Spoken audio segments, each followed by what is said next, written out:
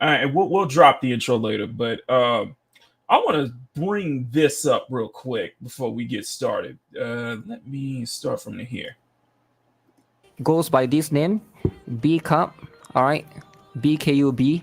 Tweeted out this picture. Right, so this is going to be a picture of a character or a fan art. And apparently within like a few hours, so you can see this post is quite insane, right? It got 15 million views, right?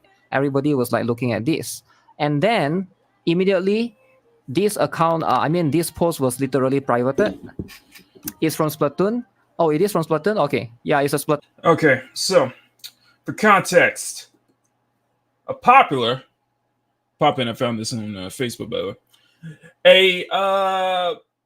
The creator pop art team was actually the team. Yeah, pop.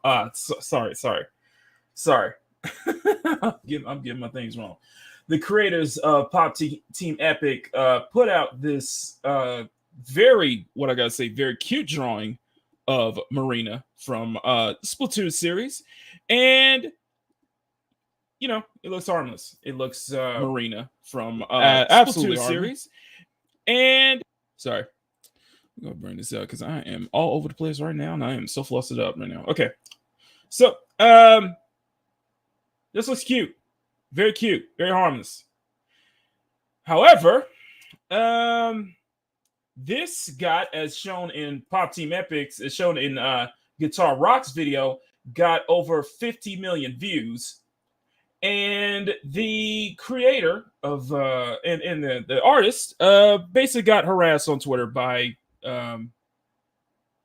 Twitter freaks again, by art fixers again.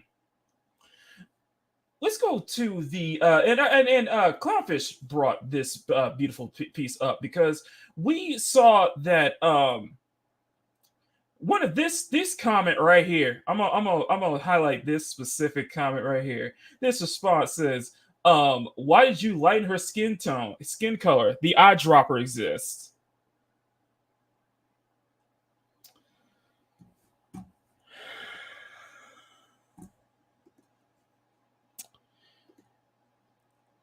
Okay.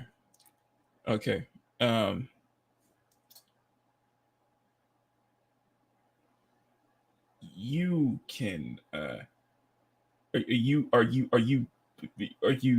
really going to respond with that? That's your immediate response?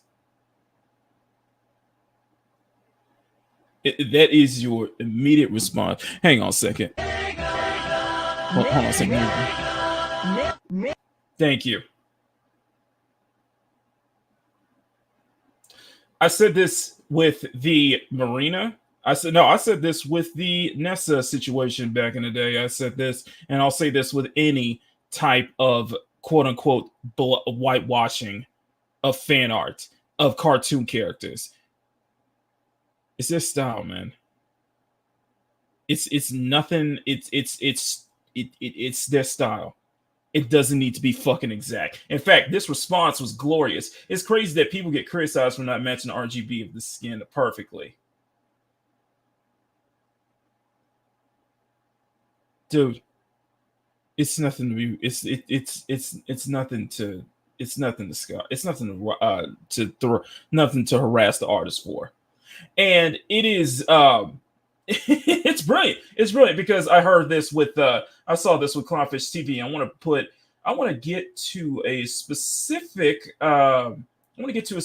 part here that Neon and Geeky speak about. Whole thing, and here it was like the reason that Nessa was lighter skinned in the fan art was because of the palette that the artist used. It was more like a pastel color, but that artist got taken to task, and now we have a Splatoon character. And Japan's just not having it, right? This is Nutmeg Knight. Why'd you lighten her skin color? The eyedropper tool exists. Well, they always do this. I want to point out though, the helmet, the greens and the black aren't the right color either. I know, right? Just saying. Does it? Okay, it's close enough. Why does it have to be this specific color though? Why does it have to be? It does have to be a specific color. Is that the case? I'm still waiting. And by the way, I've drawn Marina before, twice. You can go back to the YouTube videos I did on Marina back then, especially this year. This is a nothing burger, and this artist had to lock the comments down and had to also apologize for this. Had to freaking apologize for this. When there's nothing that should be apologized. There's a bunch of Twitter freaks, basically. A bunch of leftover Tumblrights who haven't realized that 2017 is long gone at this point, let alone 2019. Why aren't you complaining about that part? Yeah, I just they do this all the freaking time. It's really annoying and old and tiresome. And they get the eyedropper out. Then they hit you with the skin tone color chart. Oh, this is my favorite one. This is my favorite one. I love this. I love this. Because they always will do this. They will always try to pull that skin tone color chart crap on you as some kind of valid criticism. Always they do that. And these people are the worst. I agree, Neko. These fucking people are the worst, man. I'm sorry. Because they do this every freaking time. Every freaking time when it's a dark skinned character that they accuse of whitewashing, they do this every single time. Every single time. And you know what? Japan ain't having it with it. Character. So this person was a lot of people are coming out. That's the thing I want to bring up. Japan ain't having. Japan is fed up with this because not only do we have this is the original drawing right here, and it's some dumbass. And that's what I'm gonna quote it. Some dumbass decided that they just gonna try to go ahead and say that they're not black enough, accusing them of whitewashing and ish. They do this every single time. Every single freaking time. But hey, it doesn't work. But hey, you know what? The blatant, you know what? The hypocrisy is palpable because these are the same people who would do the same. Who it does work the other way around though, right? I'm just saying. I'm just saying. It doesn't work. It's only fine one way around. It's only fine on one side of the aisle, but it's not fine on the other side because you see this all the time. All the freaking time. And nobody bats an eye with it. Nobody has a problem with that. But just because you get one skin tone, just because the tone of a dark skin character is slightly lighter, or because these people don't understand lighting, they have to throw a fit about it.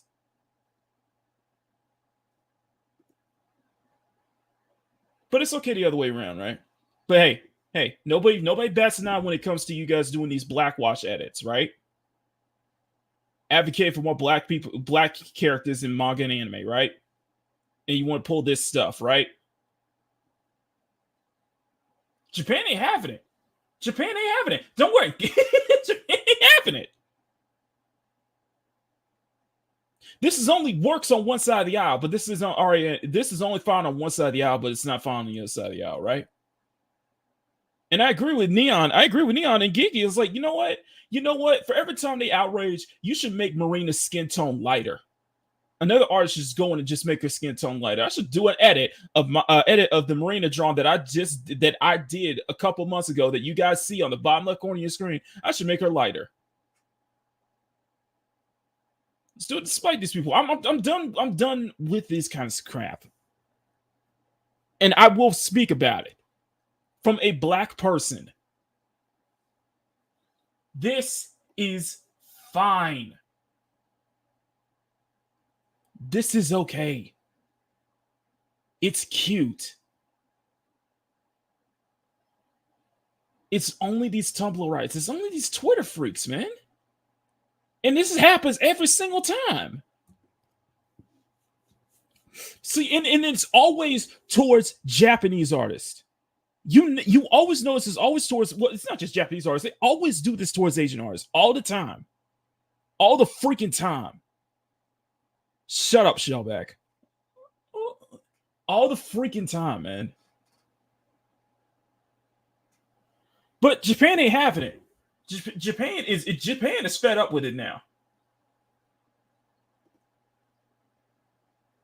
And it really does and it really is a problem that the creator actually had to speak actually had to apologize when there was no reason to apologize.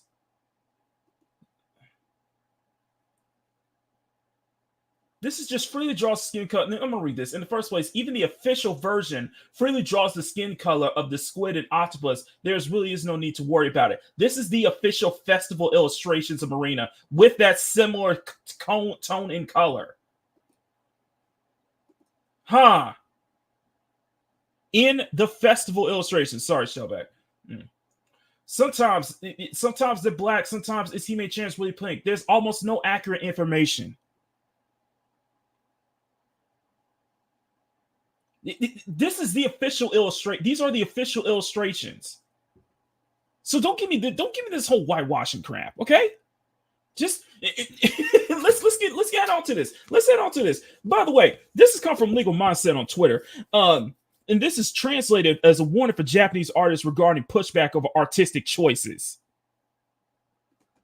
Hang on, let me bring this up. Okay.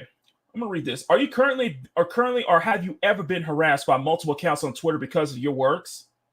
We understand that in recent days, many users on Twitter have decided to target Japanese artists for several reasons: a character's skin tone, a character's outfit, bust size, or clothing, which often follows as a massive amount of negative comments urging you to change or remove your artwork from this platform. You have not done anything wrong by posting your artwork. You have not done the damn thing wrong.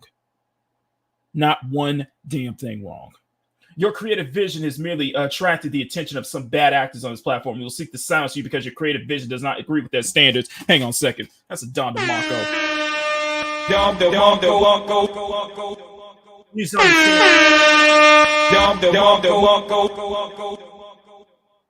Please understand, you are not at fault. The problem lies solely in the minds of these users. You have not violated any laws, Twitter TOS, unspoken rules. Your freedom of expression is important. We realize that Japanese culture approaches criticism and negative feedback differently from any of that other nations. But it's important you understand your individual rights as a creator. You did nothing wrong. These Japanese artists get flagged for it. These Asian artists get flagged for it all the time. They did nothing wrong. They did nothing wrong. It's just all these freaks, man. As a Westerner, as a black person, as a black artist, as a Westerner, y'all did nothing wrong. Don't listen to. They don't speak for the majority. They don't speak for me. They don't speak for Sean. They don't speak for any of these people. Any of these people in the damn chat. They don't speak for anyone but themselves. To any Asian artist who comes across this stream, watch this video, don't listen to them. Don't listen to these people, and you can weed out. And don't give me this representation crap. You weed them out. We've seen this with Nessa. We've seen this with many other artists before. I remember years ago. There was an artist who did some absolutely beautiful character designs using like Native American inspired patterns and such like that, and they got attacked for cultural appropriation and it's like that. And I'm like, get the hell out. At some point, the pushback has got to be stronger. People want to come in with throw these color charts and us like that. Claim accounts. Sorry, my sentence is here. Claim accounts of blackwashing, whatever. Just ignore that. Or better yet, I got something better. Throw this right back in their face. Throw this right back in their face. You want to claim whitewashing. You want to claim some kind of whitewashing of racism over just a lighter complexion of a dark-skinned character. But it's totally okay to blackwash actual anime characters, actual Asian characters, right? Just throw this right back in their faces. Hypocrisy. You gotta love it. You gotta fucking love it. All right. Yeah. So yeah, I just want to bring that out. To anybody who decides to draw Marina on Splatoon, do me a favor. If they get outraged over it, make the skin tone lighter. Just make it lighter. Continue making it lighter. Come on, just continue making it lighter. Because these people have no fucking power whatsoever. This ain't 2017 anymore. Anyway, just want to bring that out. All right. Oh, and by the way, the biggest piece of crap who's ever one of the biggest pieces of crap, Chris Kindred was also fired from SBI. Yeah, that news dropped last night. We're gonna get into it. Anyway, roll title.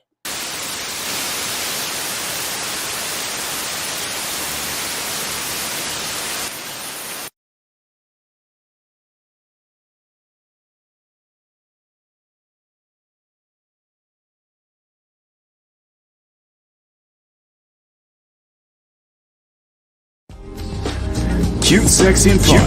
You're watching CSF Nation Zone. WMKTV channel.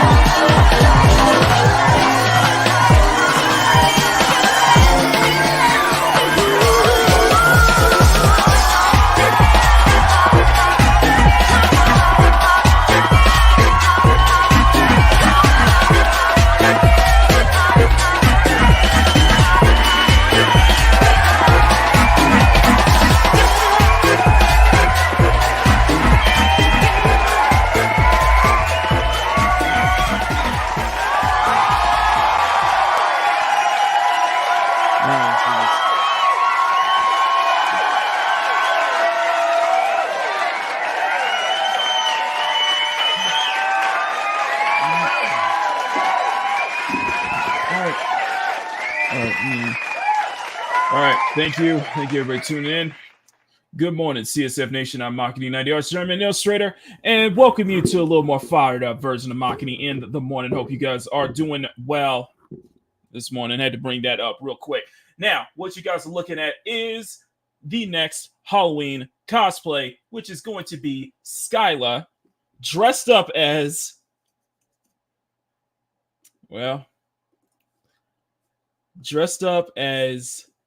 freaking ultimate Freyna from the First Descendant. I need to drop this video one more time. I gotta drop this video one more time because the drip, the absolute drip coming from this is just insane.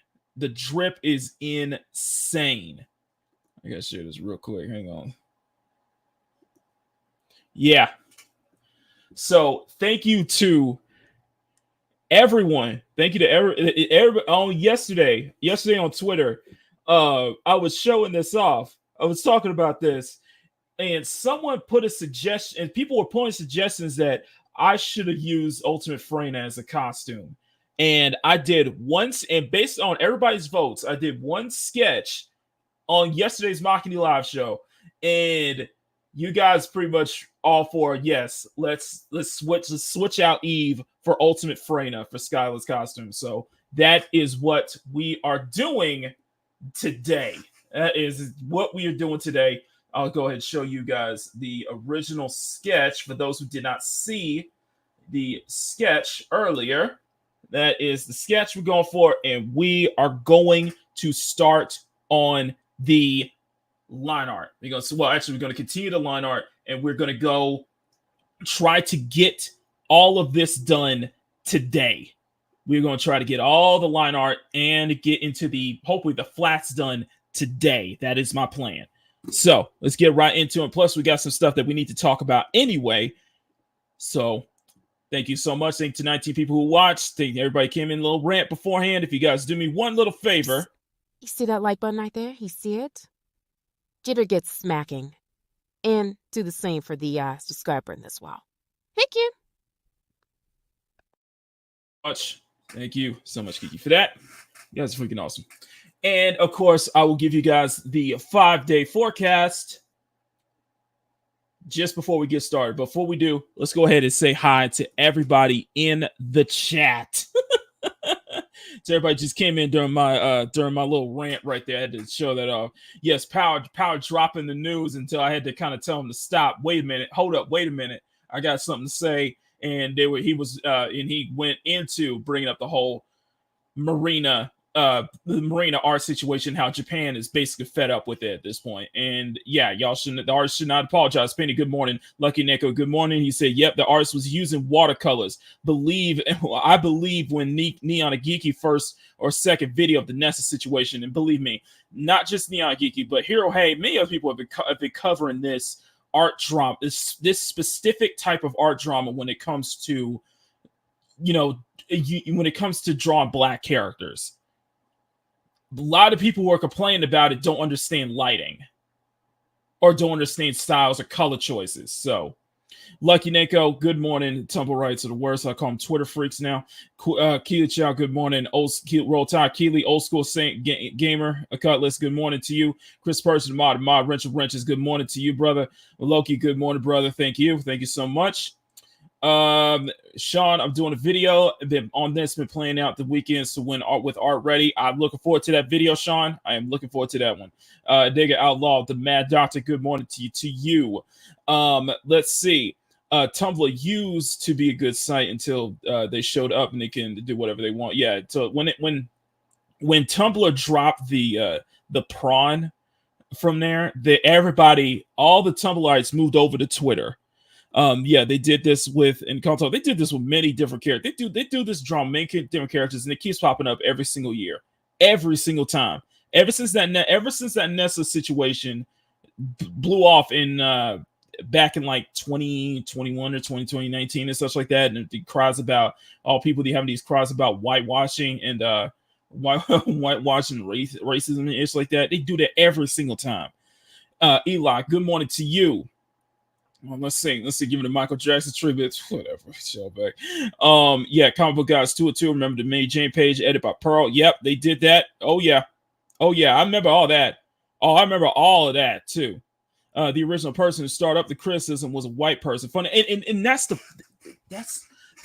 thing I freaking love, is because most of the people who do it, because most of the people who smart up, especially when they drop these color charts, because you're black watching, are white people. Like seriously.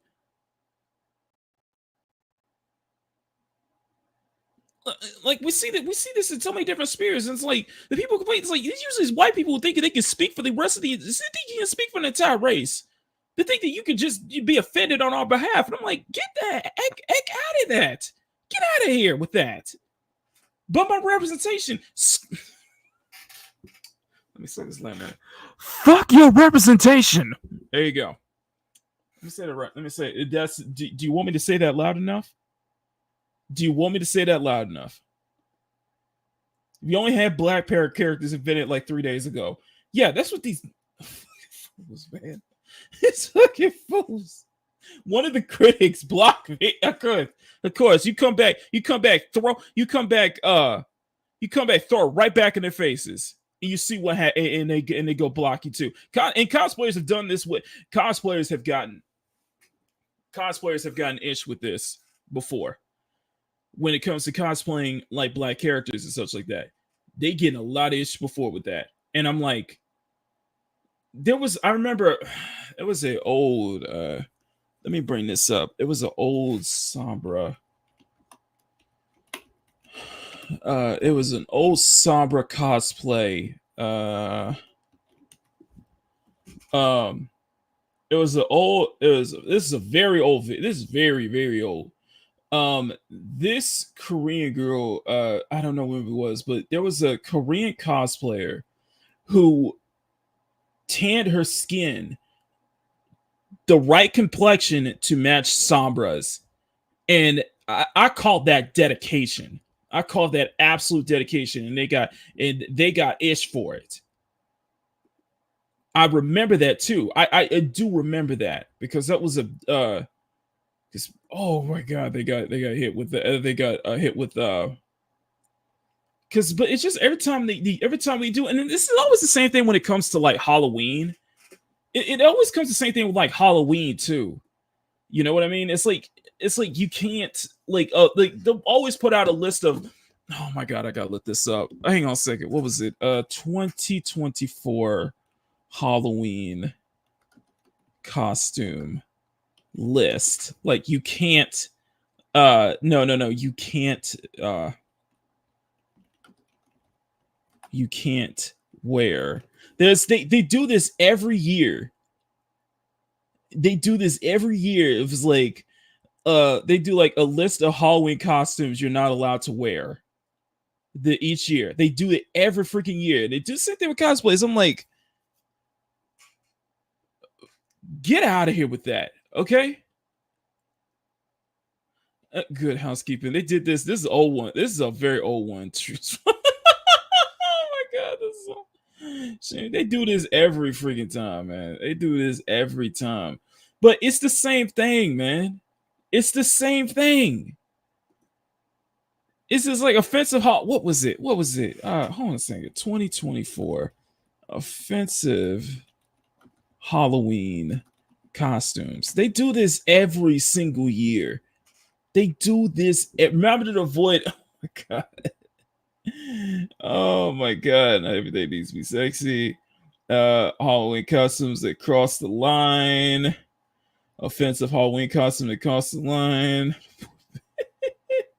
Avoid these Halloween. They do this every year, man. They do this every year. I'm trying to find up some stuff, but it's gonna be interesting. It's gonna be interesting.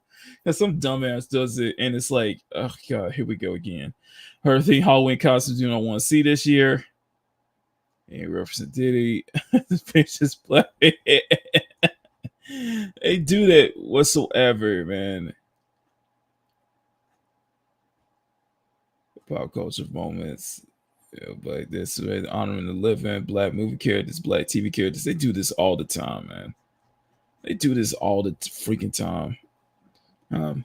I'll put this in here. Let me know if that's something you guys agree or disagree. Here, right here.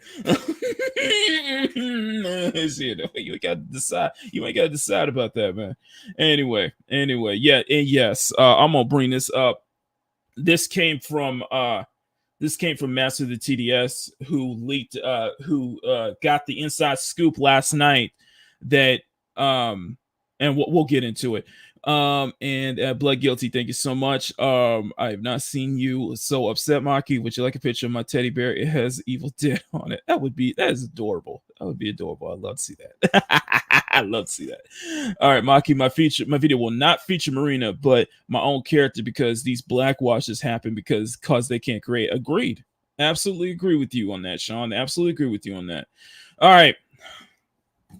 So we're going to do Pomodoro technique. We're going to do the tomato method. I'm going to turn this down.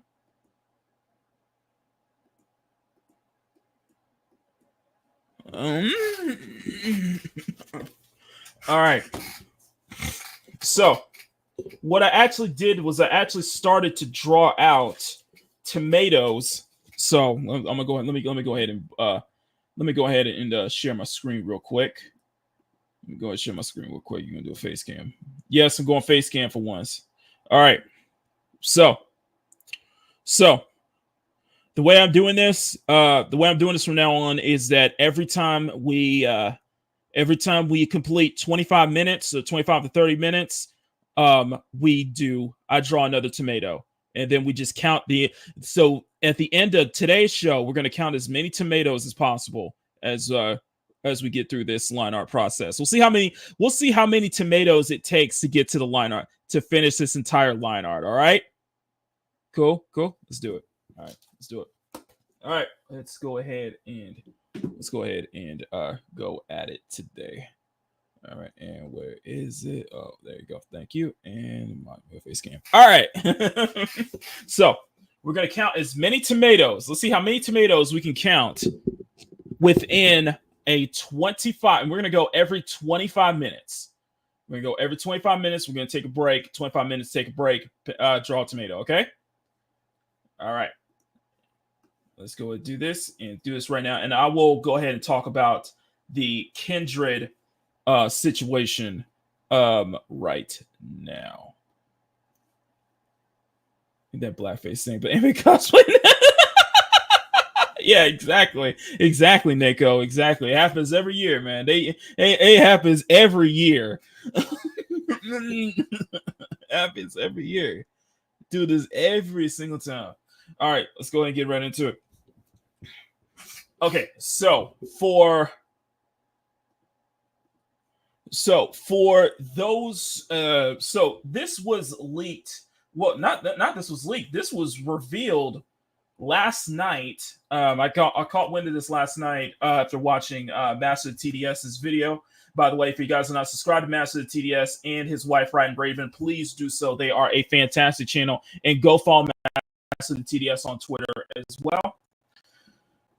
So the thing that was interesting, the big scoop is that, and now everybody's talking about it, is Chris Kindred, the person who pretty much started this whole nonsense, who started this whole GG2, nonsense that we're in right now, was fired from Sweet Baby Inc. He did put formerly Sweet Baby Inc. on his Instagram profile, and his account is set to private. For those who are not aware of who Chris Kindred is, he was a narrative designer for Sweet Baby Inc. And he is very infamous for basically kicking off this whole SBI situation. Oh no, not Christopher. I know. The sadness is sadness, absolute sadness, But what happened was that after Sushi Squad's absolute disastrous launch, and it was a disaster, and the game is horrible. A certain creator by the name of Cabrutus Rambo decided to put a little curated list on Steam of just the games that have SBI's involvement. He wasn't telling people to not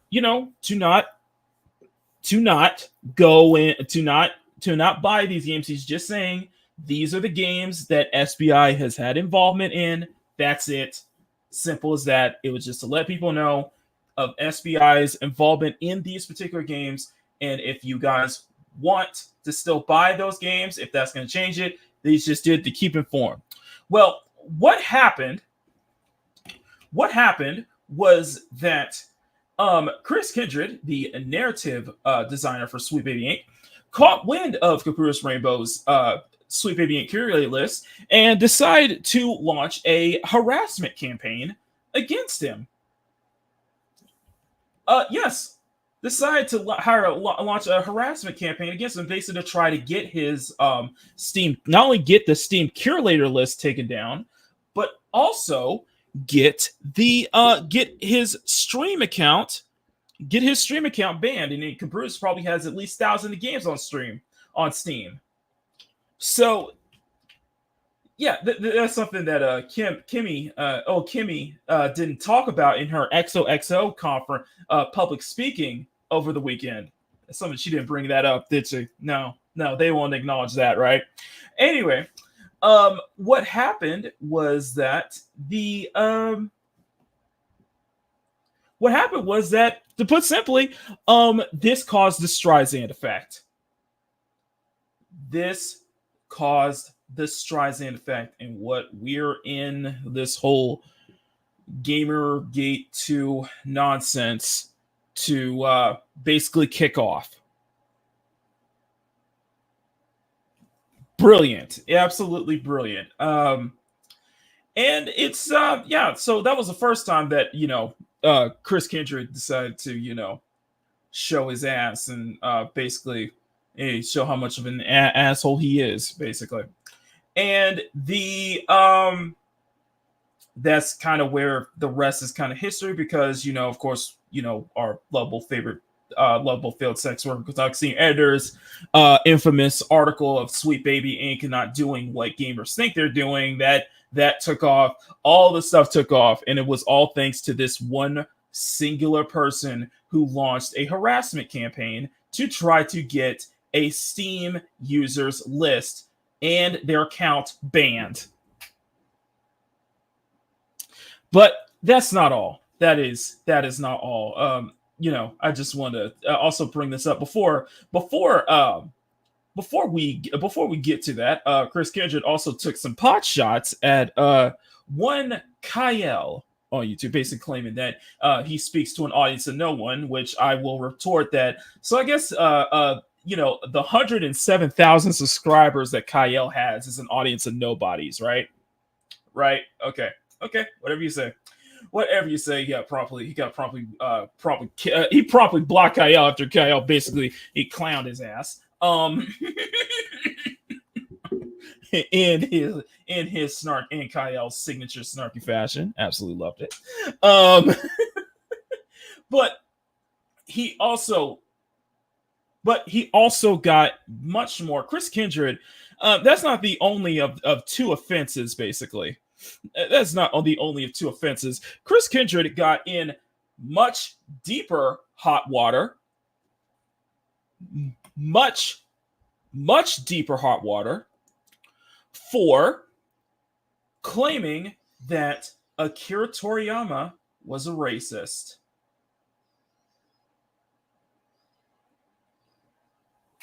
On the eve of his passing.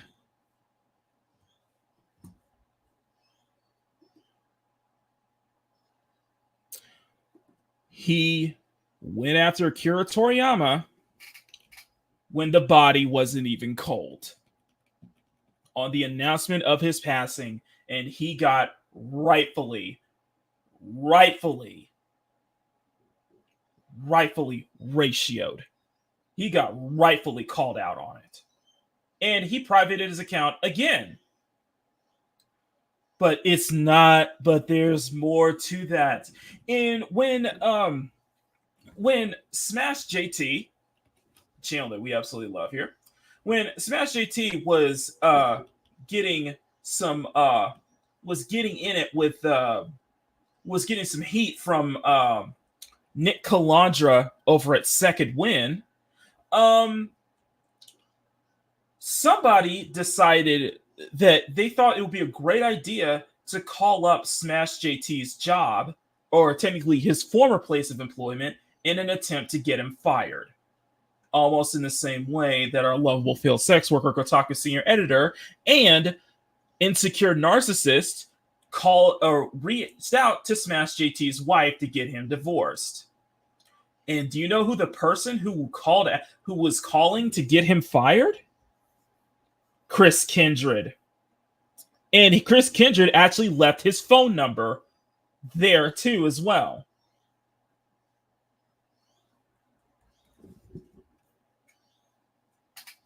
This is absolutely brilliant. And apparently from what Master TDS was saying, was that the people in even the employees at SBI were sick of Chris Kindred basically causing them nothing but negative attention. When, let's be honest, in general, they cause themselves a lot of negative attention.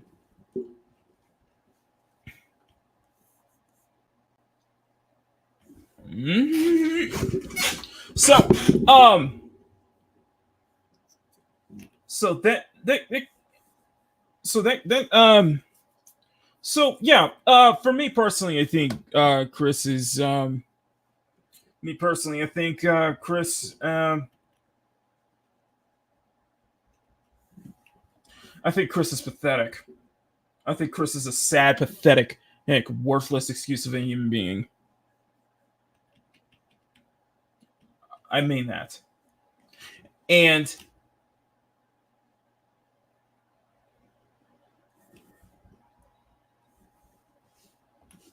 and and yeah.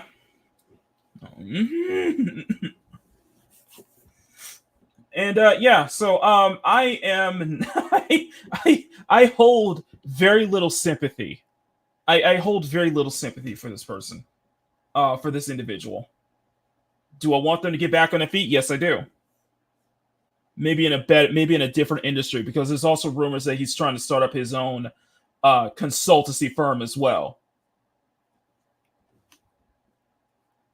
This is brilliant. It's brilliant because we just had Kim Belair basically trying to bait Kim Belair's little sob story at the XOXO festival over the weekend. So last week, I mean, but now we get this.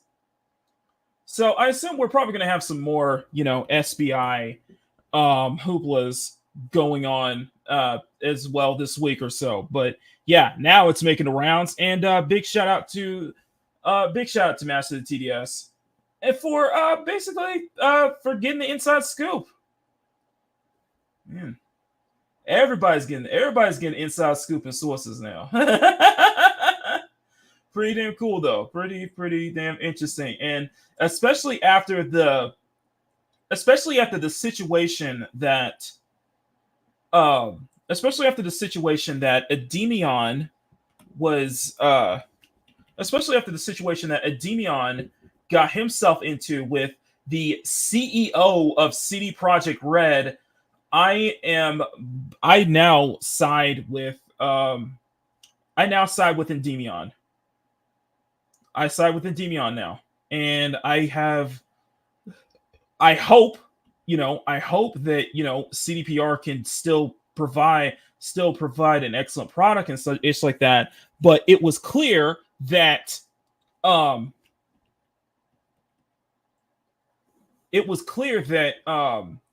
CDPR was lying.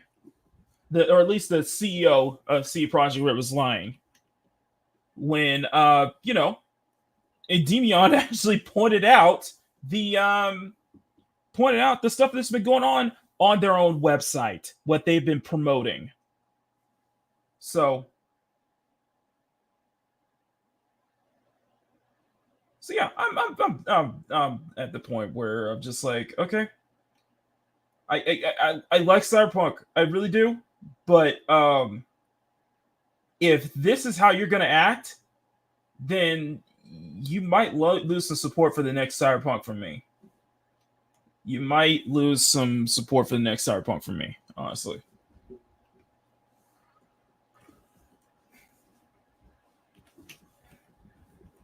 Don't want to add. That's my stance.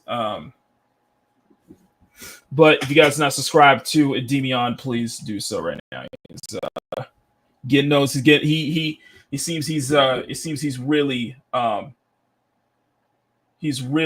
doing the work with the leaks, especially with the Ubisoft and yeah.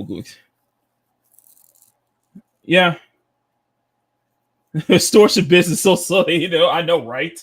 I know, Cutlass. I mean, exactly. As I'm trying to work on this as I'm trying to adjust this mask here too. I am trying to adjust this mask right now. I am adjusting this mask. The mask is a little bit tricky. The mask is a little tricky because I'm trying to do it in the exact same. I've been.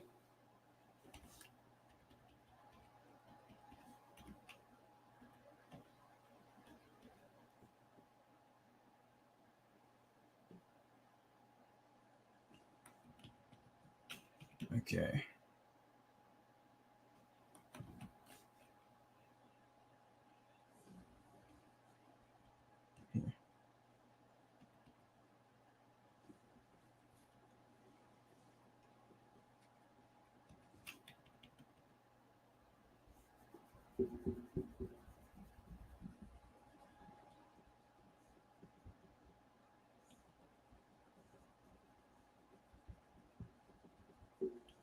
Here. Okay.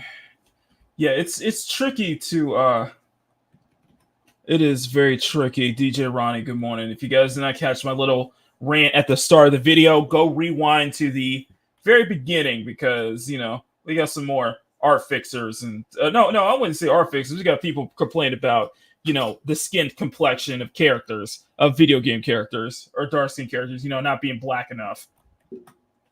Granted, this was probably the same team who were totally behind the Hoyoverse boycott because, you know, the Natlan region. Natlan region. It's a dark skin enough. These people are idiots, man. These people are freaking idiots, honestly.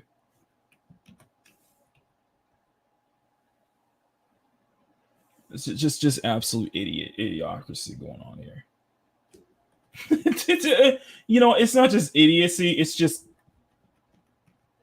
cultist, like absolute like cultist behavior. Just absolute cultist behavior too. But for those who don't know, for those who just tuned in yesterday on Makini Live, everybody was like, you should have done Skyla as Ultimate Freyna from the First Descendant, and after some thought, I decided, you know what, I'm gonna resketch that, and now we're doing the line art. So now we're switching it to the line art on this illustration. We only have 9 minutes, so let's try to get as much. We're gonna count how many tomatoes we can get. How many tomatoes is gonna take to do the line art, to finish off the complete line art for Skyla's Ultimate Freyna cosplay. Here.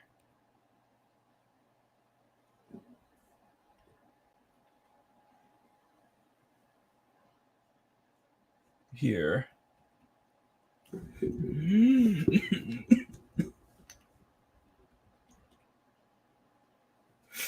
All right, so.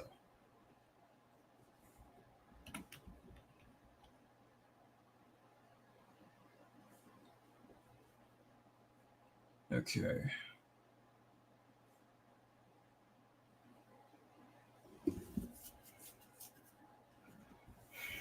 Just gotta be like, keep it like loose and such like that, you know.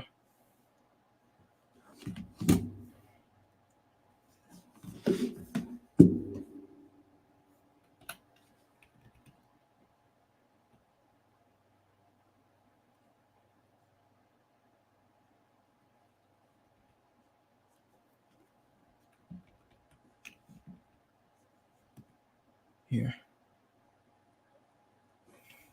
But yeah, I'm tired of these people constantly making attractive fat foul mouth Clarence. Damn. And Wicked to be very soul black of it. Damn. I gotta read that. I'm sorry. Man, Clarence coming in hard. Clarence coming in hot, man. Clarence is coming in hot with that, man. Yeah, I just want to bring that up, man. Just every time Clarence is coming in hot, my friend. I'll give you after I finish this. After this time is up, Clarence, I gotta give you a Don DeMarco. Give Clarence a Don DeMarco. So absolutely brilliant. Plus, apparently, I do want to cover this video that Atreus. I just watched Atreus's video earlier about. We were showing off. Mama Bear was showing off the new actor for Green Lantern, Aaron Pierre, and I think he looks great. I think he's going to look great I think he's going to be a great Jon Stewart, But my issue is that DC is going to screw it up like they always do. John Stewart, but DC is going to screw it up. Well, not just DC, but Warner Bros. Is going to screw it up too. But apparently, because I think we're just going to get into a racial thing, because I guess we're going to get into race, get into the topic of race today. Apparently, Aaron Pierre is not black enough. I guess you could say they decide he's not black enough to play John Stewart, when it's always this skin complaint. We're gonna do that. We're gonna do that after this 25-minute session is up. So we'll do that after. So just hang on tight. But yeah, apparently, and I think it's according to Twitter again,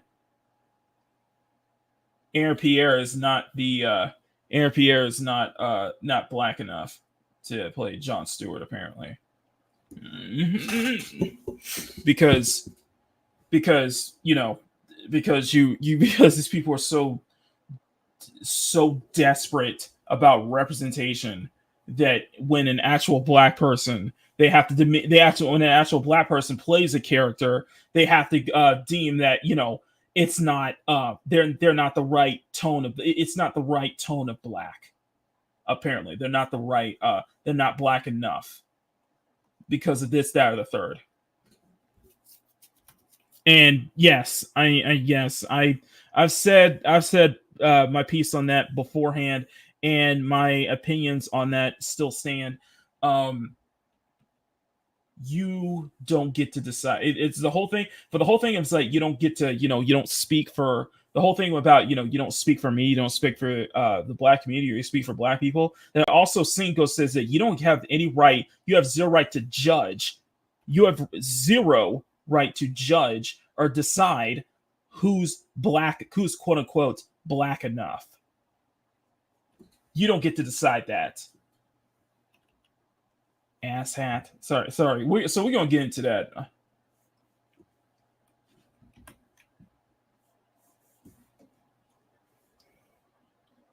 And to Chris Kindred, all I can say is Ty Filson and Plosia did what? Yeah, apparently it's Atreus covered this video yesterday about apparently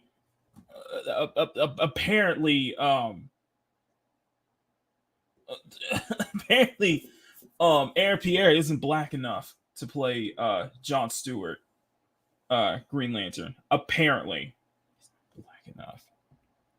And it's always the case. And the funny thing is, Eli, is that it's always the case when it comes to black, and when it comes to black people of a lighter complexion, they always do, and it always happens. It's like you don't get the she's not black enough. I'm like, if the character's not black, like for example, like Kiki is light skinned. Kiki is black, but she's more light skinned though. She's more the light skinned black woman variety. Apparently, for a lot of people, apparently for a lot of people, especially in the community, don't see that as not black enough, or not black enough, or white adjacent, or whatever stupid buzzword BS they want to try to throw at, just because they think they have some kind of arbiter to decide. They have the arbiter to decide how much melanin count a person has based on how they look, or based on their politics, or whatever. I get disgusted with those kind of comments. I really do get disgusted with that. Disgusted by that. You don't get, and that's something you don't get to, and that's something you don't get to decide, man. Anybody tries to pull that shit with me, I'm going to back to is I'm gonna play that card. My response will always be that Carlton clip from the Fresh Prince. My response will always be the Carlton clip.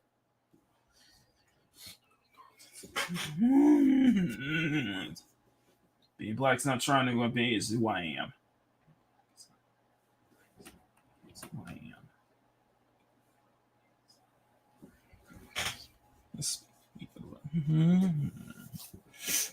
Oh my god.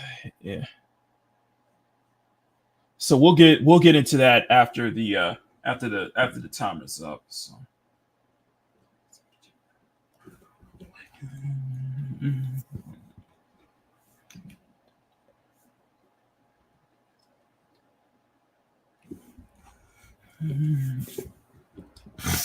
All right.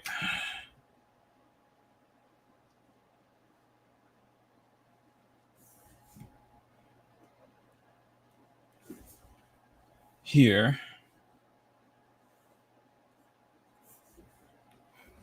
Like I said, this might take a little bit longer just because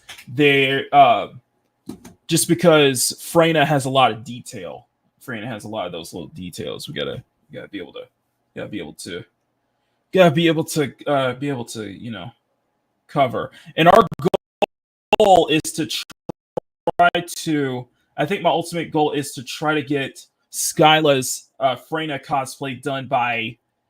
I want to say by Thursday. I'm pushing for Thursday. Thursday at the earliest.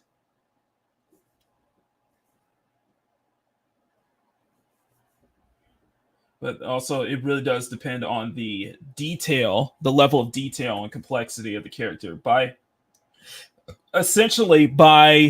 Friday, on Friday, I would like to start on. Essentially, by later this week, I would like to start on Kiki's Nicole cosplay, basically. So Kiki's Nicole cosplay, because this will all be part of Bazel's troop, and I do need to get started on some more work doodles of the other girls dressed up for Mocktober as well. So, all right, and the timer is up. We'll stop here. I'll stop here for now. Okay, so. Okay, let me go ahead and write. Go ahead and get my pen here. I'm going to draw a tomato. Let's go and draw a tomato. So just kind of how long it takes. I'm going to draw a tomato real quick. All right.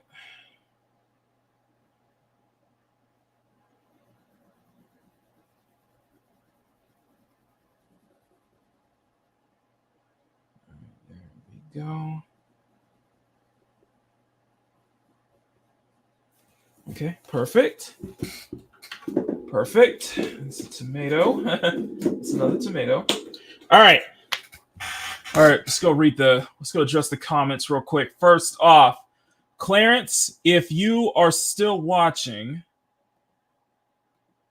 If you're still watching, let me go highlight your comment real quick.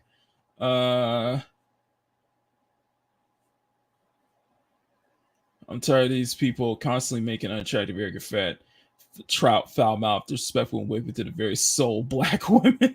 You know what, Clarence? I think I owe you a Don DeMarco on that one. Don DeMarco.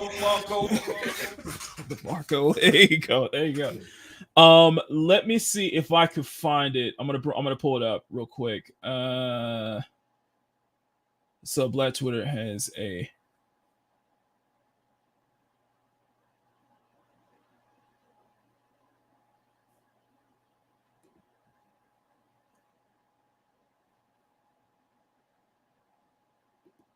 I do want to share this real quick. So this is from Atreus. If you guys are not subscribed to Atreus, please do so. Wonder Woman. I like Wonder Woman. But if you mention the Martian Manhunter, especially if you mention Green Lantern, trash. White Green Lantern, trash. Black Green. I will give this, whatever this is, the Green Lantern series, an opportunity to change my mind. Mm-hmm. Let's get to this shit, man. Look at this shit. Oh, this ain't even the one I want to get to. Hold up. Look at this. Trevante Rhodes was right there. Welcome to DC, Aaron Pierre. After a long and grueling series of auditions, I am absolutely sure we found an incredible Jon Stewart. And that's what James Gunn tweeted out. Mm-hmm. And this person says Trevante Rhodes was right there. Hey, you know what? I'm gonna bring this first up. Trevante Rhodes, I think would he work as a Green Lantern? Let me see. Trevante. Rhodes. Javante Rhodes. Let's see. Is just give me. Oh yeah. Oh hell yeah. Oh hell yeah. He was oh yeah. Oh yeah, I could see him as a really good candidate for Jon Stewart. Oh yeah. Oh yeah. I agree totally. But that shouldn't knock, Aaron Pierre's casting as Green Lantern, because I think he'll knock it out of the park too. So I think that's both. I think we can safely say, I don't know if Mama Bear is watching, but I think we can safely agree that both. I think we can agree that both casting is good casting. So I think both of them would be excellent in my opinion. In my humble opinion, I think both of them would be absolutely excellent. I'm not gonna knock Aaron Pierre's because I think both of them can knock it out of the park, but it really does, like I said, I think both of them can knock it out of the park. It really does bring up to the fact that is DC and Warner Bros. Are going to screw this up like they've been screwing up all over the place? Yeah, but this is mad because the nigga ain't dark enough. Very disappointing that a dark-skinned actor was not chosen to play Jon Stewart, who is a dark-skinned character. I know you'll see these two pictures right underneath each other. The skin tones don't even match. Like, what the fuck? Second black hero introduced in the DCU and now lightwashed. Okay. This is not towards Atreus. This is towards that person to the person who made that tweet. You just want to say, fuck you, fuck you. Oh, fuck you, fuck you. Fuck you, fuck you. Fuck you, fuck you. Yeah, that's my response. Lightwashed.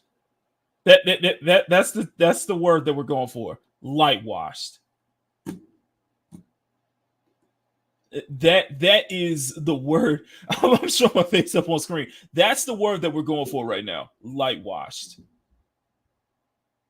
Get the heck out of here with that ish, man. Get out of here with that.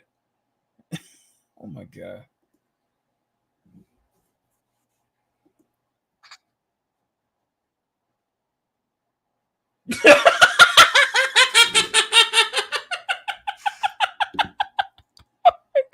Oh, that was going to Rachel. So I gotta beat that again. I gotta play it. Bro, introduced in the DCU and now lightwashed. Lightwashed. It's stupid, man. It's stupid, man. Asses are being taken in ways that nobody can explain. It's stupid, man. You can't make this shit up. No, you Look at this shit. Look at this shit. Sigh. Colorism wins again. And most won't care because everyone likes him and finds him attractive. Colorism wins again, but it won't care because everybody likes and finds him attractive. He's black. Like, are you for real? Are you for real? Like, are you for real? Quasi. Are you actually for real? You got a black character who's going to play Green Lantern, but he's not black enough, so it's colorism. And these motherfuckers got like what 10K likes. You know what? You can't make this up. You just can't. I'm sorry, you can't make this ish up. Okay. God damn it! You can't make this shit up.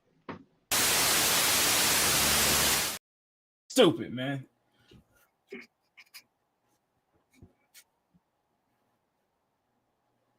Yeah, I agree.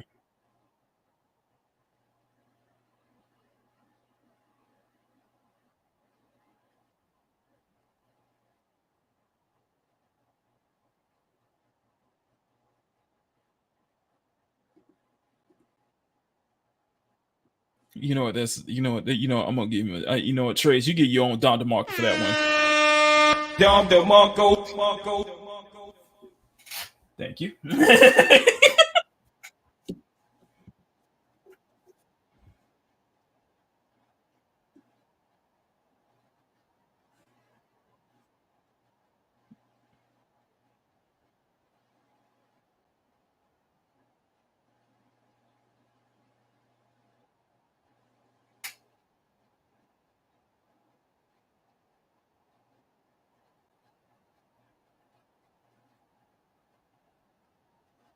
Unlimited. I didn't see myself in Jon Stewart. First off, I didn't see myself as Jon Stewart. I thought Jon Stewart was a freaking cool character, regardless. He was my first exposure to Green Lantern.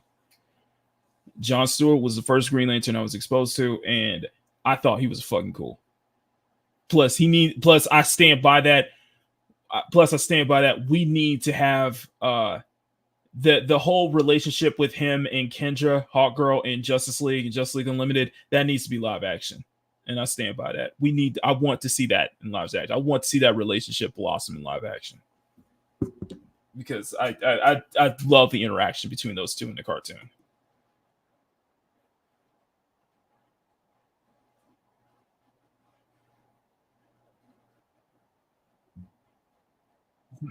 Oh, I'm probably gonna get in trouble for that. I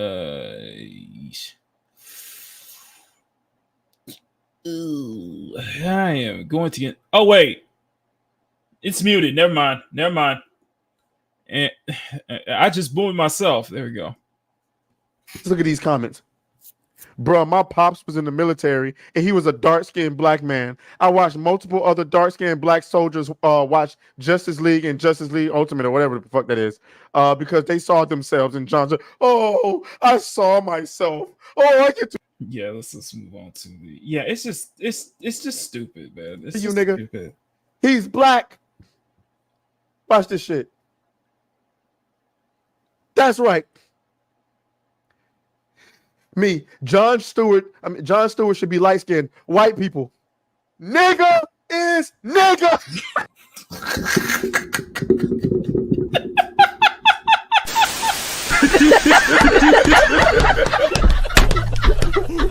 Yo, shout out to Season, man. Shout out to Season, man. Yo, I'm about to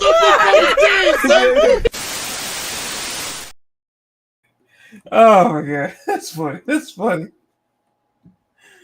Oh my god. Nigga is nigga. I'm sorry. Oh my god. White people over there like nigga. You asked for the black Green Lantern. There he is, nigga. There he is. He should be dark skinned. Nigga is nigga. This shit the fuck out of here. Aaron Pierre will do just fine. So I just want to share that. No, Aaron Pierre, he'll do just fine. It's just he'll do just fine as Green Lantern. It's just that you know, considering that it's Warner Brothers and considering that it's DC, they're gonna screw it up. So let's see how it is. I just want to share that. It's like, listen, listen. These people complain that he's not apparently he's not black enough. And it's the same kind of people. And it's like, you crying for representation. He's not black enough, apparently. Like, get out of here with that. Like, seriously. And you don't get to decide that either. Oh my god. Anyway, let's get this back. Okay. All right. So that's 1 tomato. What time is it? 8:13. Okay, so let's set another 25 minutes, and then we are going to we're gonna continue. Pick up right where we left off, okay? All right, let me go and get my stuff ready for let me see. Did I record? Oh, I did record that. My bad. All right, let's keep that out, and then we're gonna start over again. All right, and where's my stuff? So yeah, we got some really interesting stuff, man. There's some really interesting stuff. We got cinematic trailer for Unknown 9 Awakening. Oh my god. Oh yeah, everybody's talking about it now. Of Chris's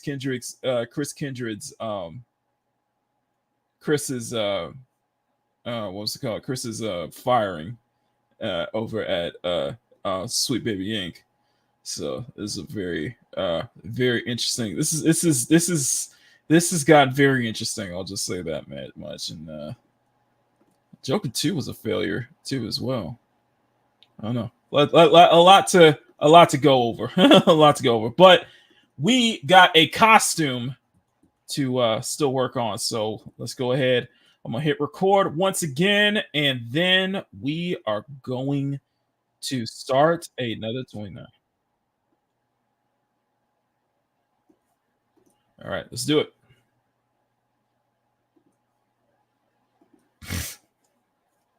All right, let's do it. And let's do it. Hit the time to start over. And let's go. All right. So it's like the tricky part really is the mask. Tricky part is really getting that mask in, you know what I mean? Tricky part is getting that mask. So let me see if I can. Let's go back to the line art legendary brush. I think going the sketchy route, especially with what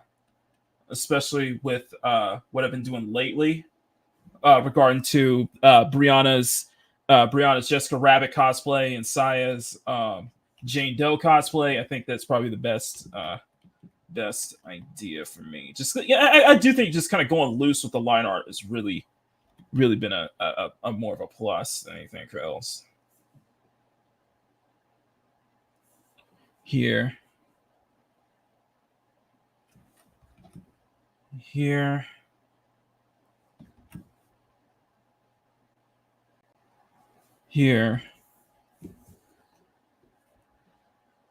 Okay, here.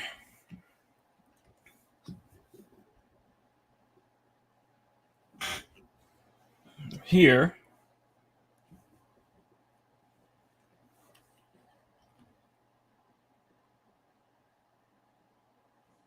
Here.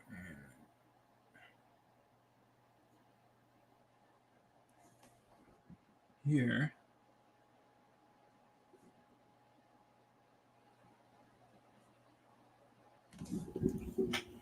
Here. I'll let Mama Bear know about this on Sunday. Next Sunday.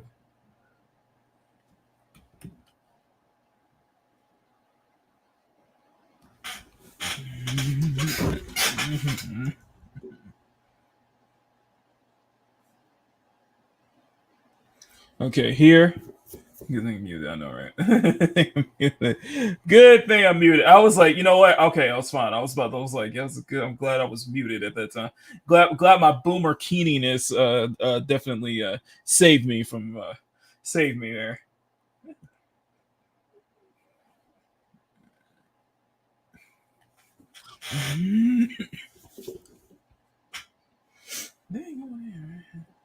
Okay, here. Oh, by the way, after the Sunday show, I went ahead and got the ultimate Freyna bundle, and I'm working on a build for her that is basically like an OP like boss killer like build, and she's really fun to play. Like she's got really like Freyna, like base Freyna has like really strong like AoE like poison damage, like serious AoE poison damage skills. So with the ultimate, especially with the right mods that I'm using and trying to level up those mods as well, it's I was able to finish off a boss like real quick on the Haley. One of the missions I had to start over multiple times was the Haley rescue mission, where you have where the boss has a shield. The boss has the shield, and you have to step on the right color while shooting at him to actually cause damage. The problem was that they kept spawning. Enemies kept spawning all the time, so there was no moment to take a break. It wasn't until I realized that you could finish this boss in like under a minute by using Freyna's basically ultimate skill right at the start. Because the thing is, whenever you start over, your magic gauge always starts at full, so you can use your any skill when you have to restart.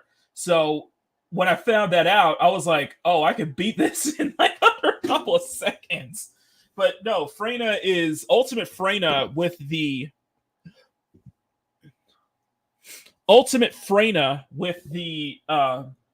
right mods is basically broken. It's OP as hell. It's an OP build. It's basically a boss killer build. But it's great. It's great though. Plus everybody's got the if you go into Albion and everybody's got the Ultimate Freyna bundle as well. So I'm seeing all the different I'm seeing this particular skin everywhere. So it's kind of cool to see that. It's obvious. It's like I think Ultimate Freyna got as much attention as is going to be getting as much attention as Ultimate Bunny got when she was released. I was like, whoa. And Ultimate Freyna, like for the base build, it's like $60 though. So take that with a will. You can farm it. You can farm it. You can't farm it. This might take a bit though. But the thing is that with the farming methods in the First Descendant, a lot of it is really RNG based. It really is RNG based. So and I guess for me, I've just been so unlucky trying to get the right components that I'm looking for. It's like,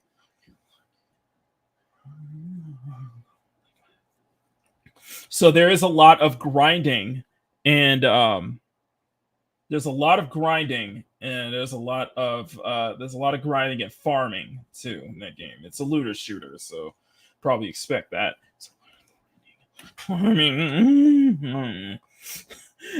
This skin living in Makini's head rent free. No, Jane Doe's bottom heavy mod is living in my head rent free. Heavy. Okay, she's living there right along with Jane Doe bottom heavy. No, Riot. I don't think you were here yesterday, but the well, it's a live service looter shooter. It's not really a gacha though, but it's a looter shooter. It's more like Destiny in Warframe. So,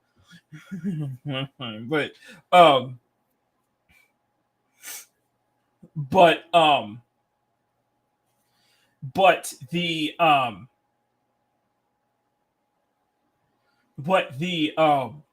originally I was gonna draw Skyla dressed up as Eve from Starblade in one of her costumes. But what happened was that Mama Bear and some other people. Oh, you were at the end. Okay, so what happened was that Mama Bear, and when I showed off that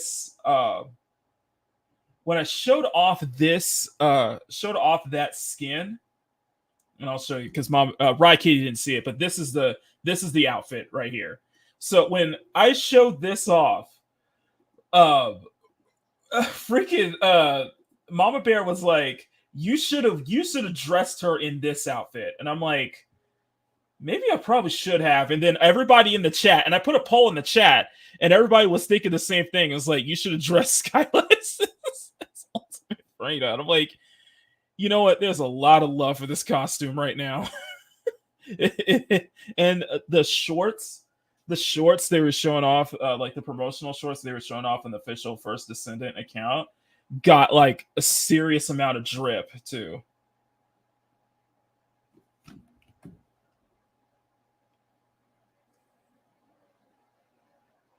And I did a video. I watched a video. We were watching a video yesterday from Lack of Entertainment V talking about people melting down over another First Descendant costume. You know, over this one because it's the First Descendant. They're clearly putting some fan service in here, and they know what the people will buy.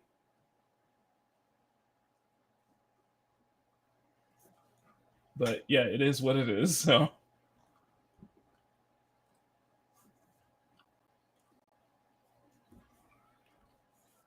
like I said, we're gonna try to finish this in. I want to try to finish this in. See how many tomatoes it's going to take for me to finish this.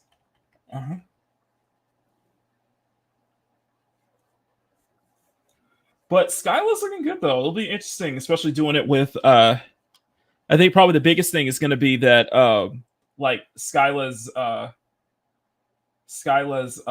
her name? Skyla's freckles though. Which is something I always found interesting because something I found interesting because Skyla's because Skyla she's Asian, right? Skyla's Japanese, and I have barely finished watching the Colors of Argument up to his stream. Damn that's some weird. Yeah. Oh, Ronnie G's catching up. Ronnie G's catching up. I don't know if Right Kitty, you were here at the start, right, when I was covering the Marina. Another fan artist. It's just that's something that keeps happening that's something that keeps happening all the time, and I look forward to Sean's video because I know he's going to really make some really good points about this whole thing. But you know but you know what? I do think that Japan needs to start. Japan really does need to start like pushing back against this. Like the same way that we're seeing with same way they're doing with Assassin's Creed Shadows. This whole thing when they accuse people of when artists are being accused of like whitewashing like dark skinned characters in their fan art and such like that. Yeah, Japan needs to start. Japan needs to start pushing back. Like don't put up with it. Like seriously, they need to stop putting up with this crap, and they don't need to apologize either. I do think the artist does not need to apologize. Had no reason. There's no real reason he needed to apologize. He did nothing wrong. It's just all it is just Twitter freaks.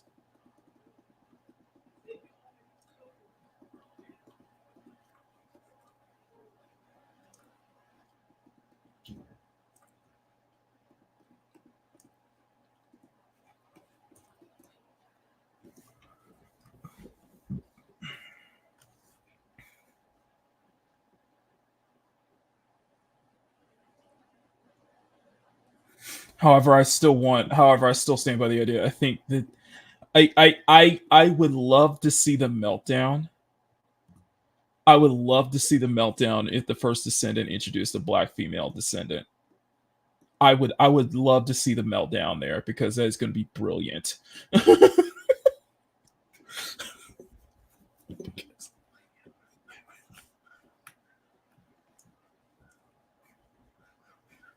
I would love to see the meltdown in there. Plus,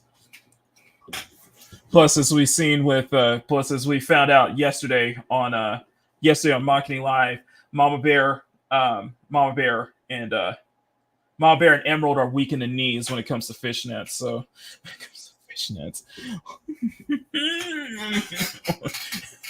And me personally, I can't blame them. I'm a sucker for drawing fishnets. Fishnet stockings anyway, so fishnets.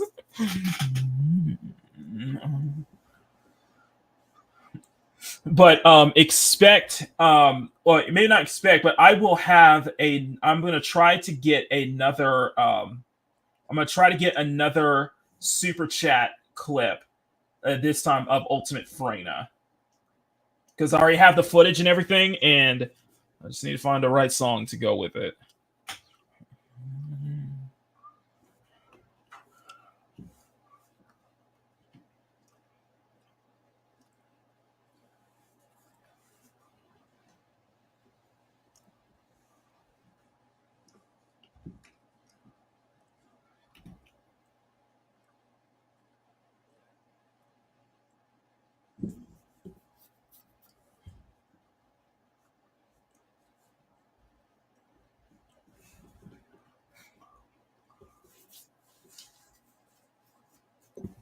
Here.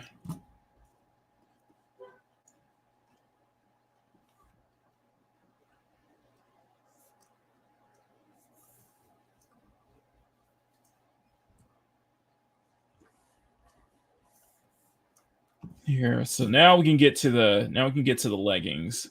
Now we can get to the thighs. So you got to do these like these. You got to do these like. You got to do these like intricate like mechanical details, you know.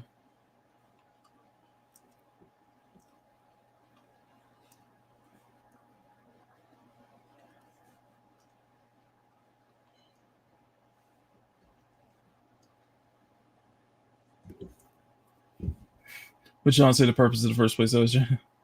That's your problem with society. Right.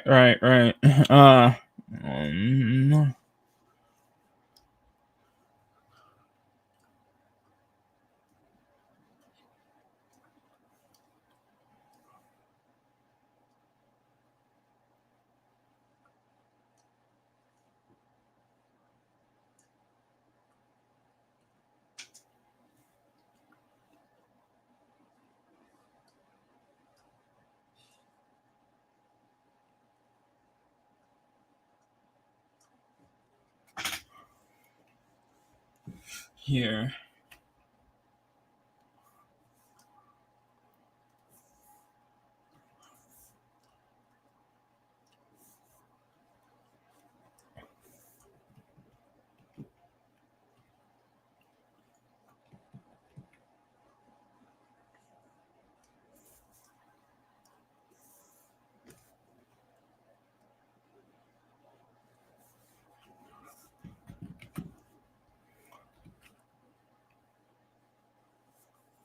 Here.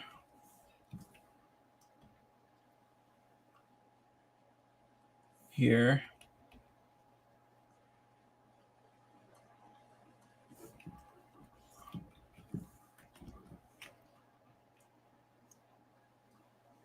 No.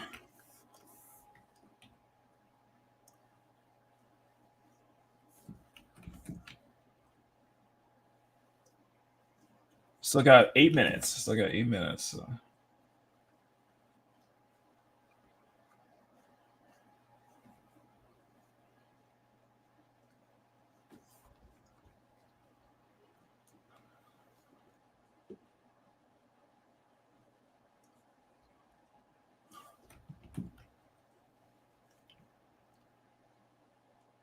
Here.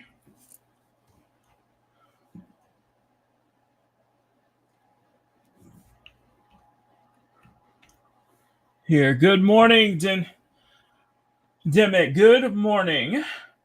We are, for those who are just joining in, I am doing the line art for Skyla's Ultimate Freyna cosplay, since you guys really did like you guys are like, yeah, you should have went Ultimate Freyna.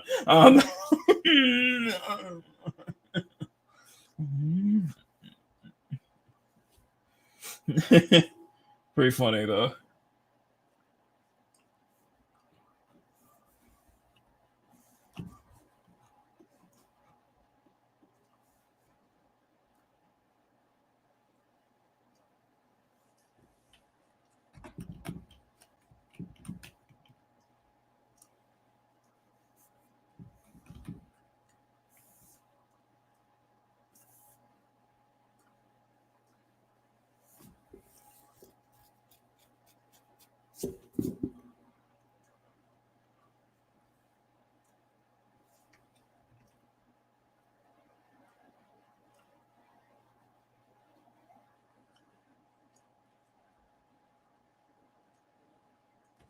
Right, here we go.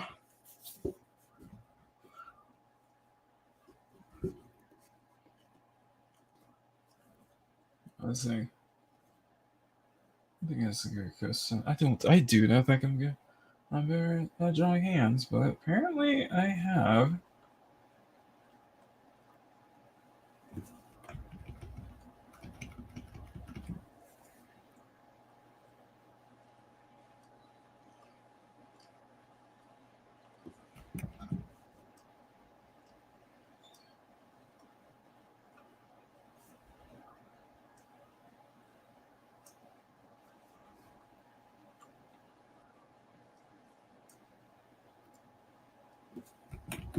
Here.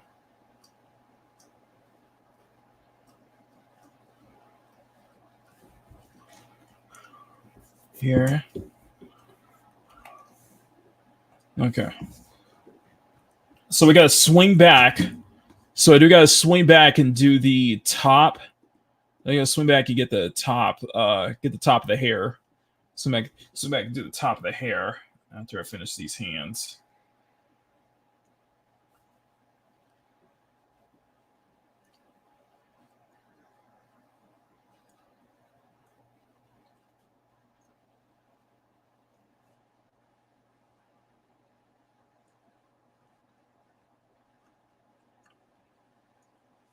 Here.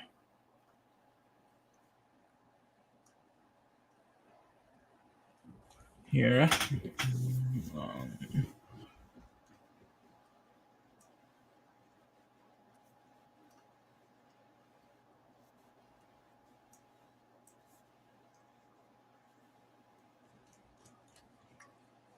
Here. So we got a lot to cover. So let's go ahead and go back to the top. And once we get to the top, once we finish the top, the next thing I'm going to do is we're going to flip the canvas over, make some adjustments to the face, make some adjustments to the body, some anatomy adjustments there, here, and there, and then we can get started on the details and such like that. I am sorry. I'm sorry. Sorry, Penny. Sorry, Penny. I can't.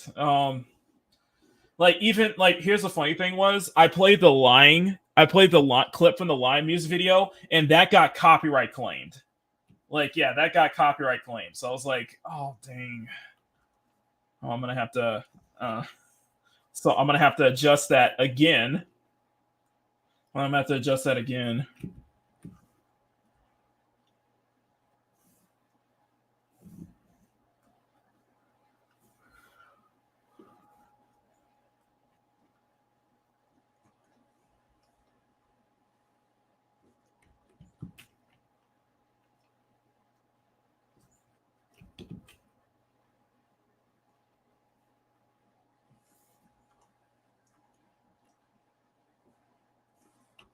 Here.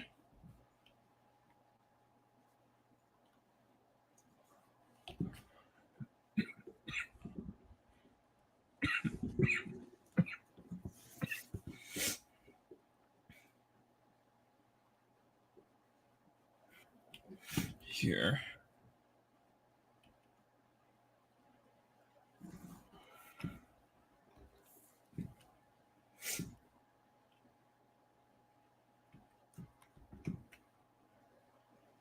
Here. So we got 2 minutes. I do think I do think the looseness of the line art has definitely made me more quicker about it. Mm-hmm.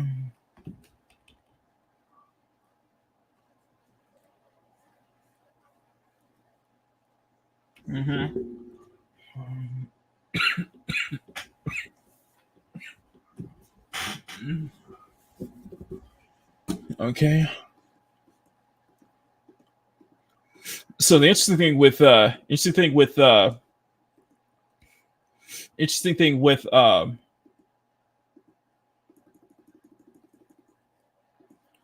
she's got a half up,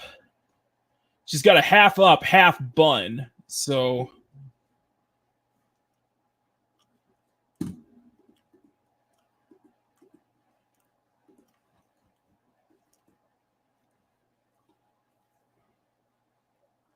all right, 1 minute.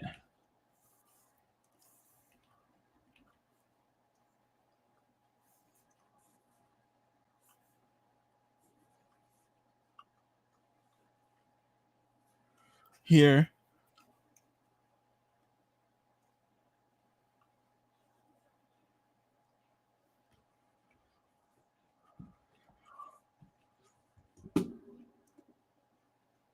3 seconds.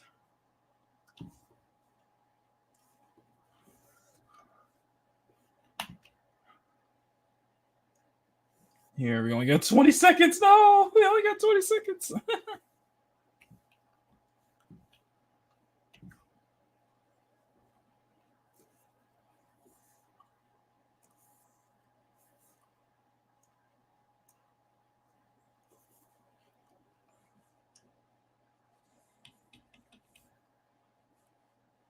No. Okay, so it's like a half up, like half bun.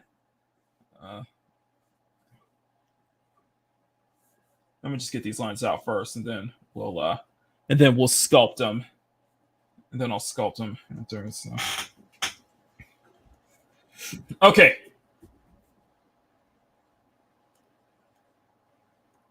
Let me turn this off. Okay, so that is how it's looking so far. Okay, so now let me go draw this one tomato. Okay, so let's go face cam. So it's one tomato. So I'm just gonna draw another tomato. Draw another tomato real quick.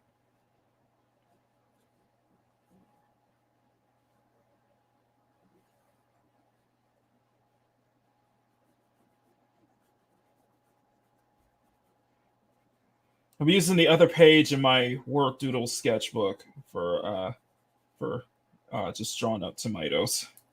So we have 2 tomatoes so far. So let's take over 2 tomatoes to this out. Okay, so we got 2 tomatoes now. Let's go ahead, take a little break, and then we're gonna hit 25 minutes once again. All right. Okay, so yeah, I think my Twitter X account is mortal because I thought I deactivated it. It's still there, and when I try to do so again, it wouldn't let me. Oh no! Oh no! Oh no! Right. Well, it's okay. It's all right. I mean, we could. That's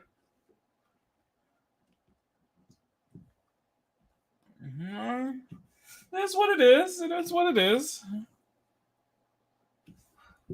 I don't think my Twitter account's immortal though. I got rid of it back in February.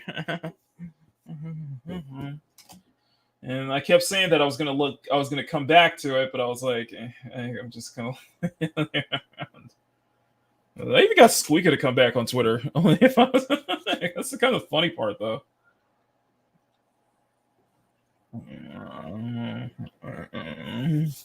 Okay.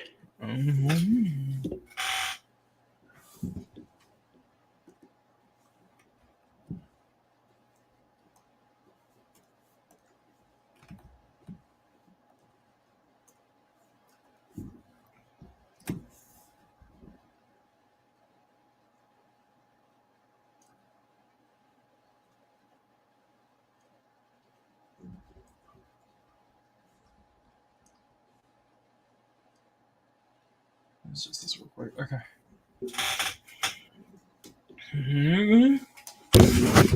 Okay, so just gonna check that out. I gotta check that out. Let's look at kind of shoot this a little back up. So we got the line art. Oh, it's for the most part the line art is halfway through. We got to flip the canvas over, make some anatomy adjustments, and then we can do the. If I ever come back, I don't know if I could convince you if I came back. When I come back, I don't know if that would be convincing enough though. I will before the end of the year, I promise. I will. Let's see. But yeah, it has been interesting. I just want to take a look at what's going on. Is there anything else I'm missing? There was something else I was gonna say something about, and I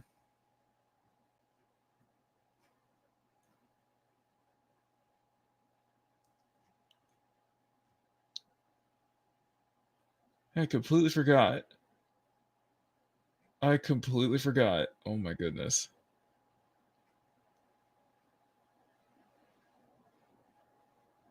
I completely forgot. I forgot. Oh my god. But yeah, Japan is sick of this crap, honestly.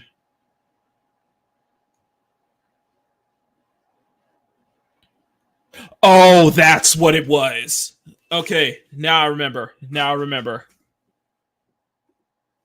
Okay, now remember. Guessing it, so we'll go 850. Okay, 850. I did send a link. Which link? Let me check. Let me check. Looking forward to maybe Bernie send this. All right, let me see this. What's this?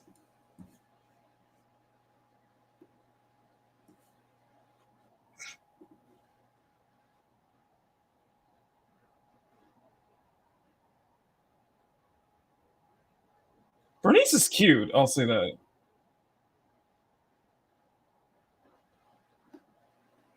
Oh, by the way, Riot. I forgot to tell you. So, Cat is going to be, and I actually posted this. Actually, you know what? I'm gonna pull up the CSF Nation Discord on this one. I don't know if you saw this, but guys, check if you got guys join the CSF Nation Discord. Join Discord. We got a bunch of we have a lot of fun here. There, I posted some stuff there, but I put a section just based on the Mocktober costume talk. If you guys have any suggestions, I will post the line art for Skyla's First Descendant cosplay. But I wanted to share this real quick. So I have made my decision. The idea was that sorry, I'll read this up. So the idea was that Kat and Saya are going to be speaking. Kat and Saya are going to be basically convincing Kiki and Squeaka to dress as Zenless characters for Halloween. Of course, you already saw Saya's Jane Doe cosplay. As I promised you, Riot, Kat will be Rena. I did plan to have Kiki dress up as Nicole, and for Squeaka, I'm gonna have her dress up as Lucy. I'm gonna have Squeaka dress up as Lucy. That'll likely be a work doodle though. Like, it won't be a full color. It will be a work doodle though. I'll be doodling those. Hopefully, I'll try to see if I can start it today. But those two will be work. But that is kind of the idea that I have now. What this means is that what this means is that we're still missing two girls, and that is Arwen and Desiree. So I'm still deciding what Halloween costumes they can be for Halloween. But as you can see, we have Saya. Of course, Saya is Jane Doe. It's Jane Doe. Brianna's Jessica Rabbit. But it's for Zenless. Yes. So Kiki, after I finish Skyla, next one will be Kiki dressed up as Nicole. So her curls will be painted pink. I was like, Nicole will be fun. Nicole will be a fun one, but yeah, have Squeaka dressed up as Lucy. That would be like really, really hilarious. But anyway, guys, join the CSF Nation Discord. Link is in the description. We cut up there all the time, so yes. And I did start trying to I said I wasn't going to, but I did start like trying to invite people to join. The CSF Nation Discord so we can build that community up. And there's still plenty of stuff going on because people are now starting to see more and more people starting to, because I am starting to see people really start to to just drop some news, to just drop some regular talk, and just really wingle and intermingle with many people in there. So it's really cool to see. Power's always dropping the VTuber dropping the VTuber news left and right. I always check that out and always keep a close eye on that. Thank you so much, Power, for doing that. Of course, they did the whole. Of course, the big thing with the VTuber stuff is the whole Twitch guidelines now, which is crazy. On the gaming talk, of course. On the gaming talk, we've been bringing that up, and Power's been crazy with that. And then I think at some point I want to start really doing like an art. I really want to start doing like a showcase for artists on Discord on Makini Live, so that we can get to that. And thank you, Power, thank you so much, Power, for bringing that story up. Thank you. Art talk and discussions. Because this keeps happening too many times. So thank y'all so much. Thank you guys so much. Yes, but yeah, join the CSF Nation Discord. Really appreciate that. You guys have been absolutely amazing. So all right, link is in the description.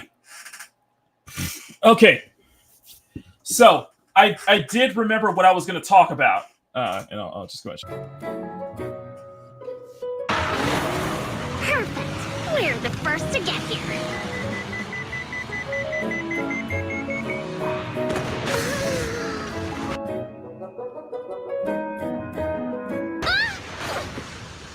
I was thinking, since we have the upper hand, we might as well call it a day.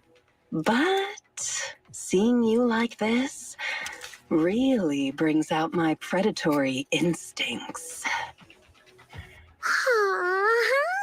So soft. So warm. Are you crazy? Oh my god. Huh? Don't all kitties love being warm and toasty?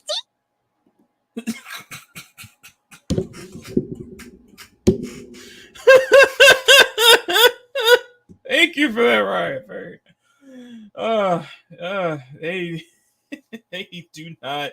They do not Whoever's does not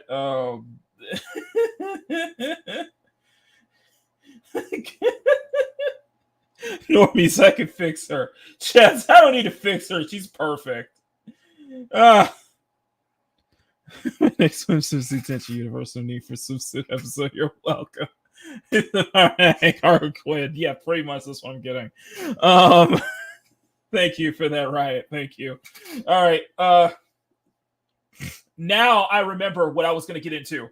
Now I remember. Okay. Let me go ahead and stop recording. All right, we are going to start on. Let's go ahead and flip the canvas over, clean this up, and then really knock out the details in the next 25 minutes. All right. So thank you guys so much, guys. Please smack that like button, make it jiggle. Smack the subscribe button, make it jiggle. I really appreciate all you guys. You guys have been absolutely amazing. So much, guys. Thank you all so much. We got 14 likes. Let's see if we can get to 25. Let's see if we can get to 25 by the end of let's see if we can get to 25 by the end of today's show. You guys have been absolutely awesome. I know we've been all over the place, but I really want to try to really finish this line art today. I really, really do. So, all right, let's do this. But I remember now. I absolutely remember now what I was gonna talk about. So we had this thing with what I'm gonna do is I'm gonna read this on what I'm gonna do is I'm gonna split the screen here so that way we can that way you guys can see all this, and then all of that way we can finish this while in the meantime I can talk about the contents of what's going on right now. So let me go back to the base layer. I'm gonna set this to and then I'm gonna bring this art. I want to bring this article up from John F. Trent over at That Park Place. Go ahead and check those guys out. Of course, John F. Trent does absolutely fantastic work, and he's already talking about Chris Kindred's firing from SBI. But this one I want to talk about, and that is right here. Okay, so let me go ahead and hit the. Let me go ahead and hit the screen. Let me go ahead and hit record here. Start recording, and then we're going to hit. Then we're going to go ahead and hit the timer.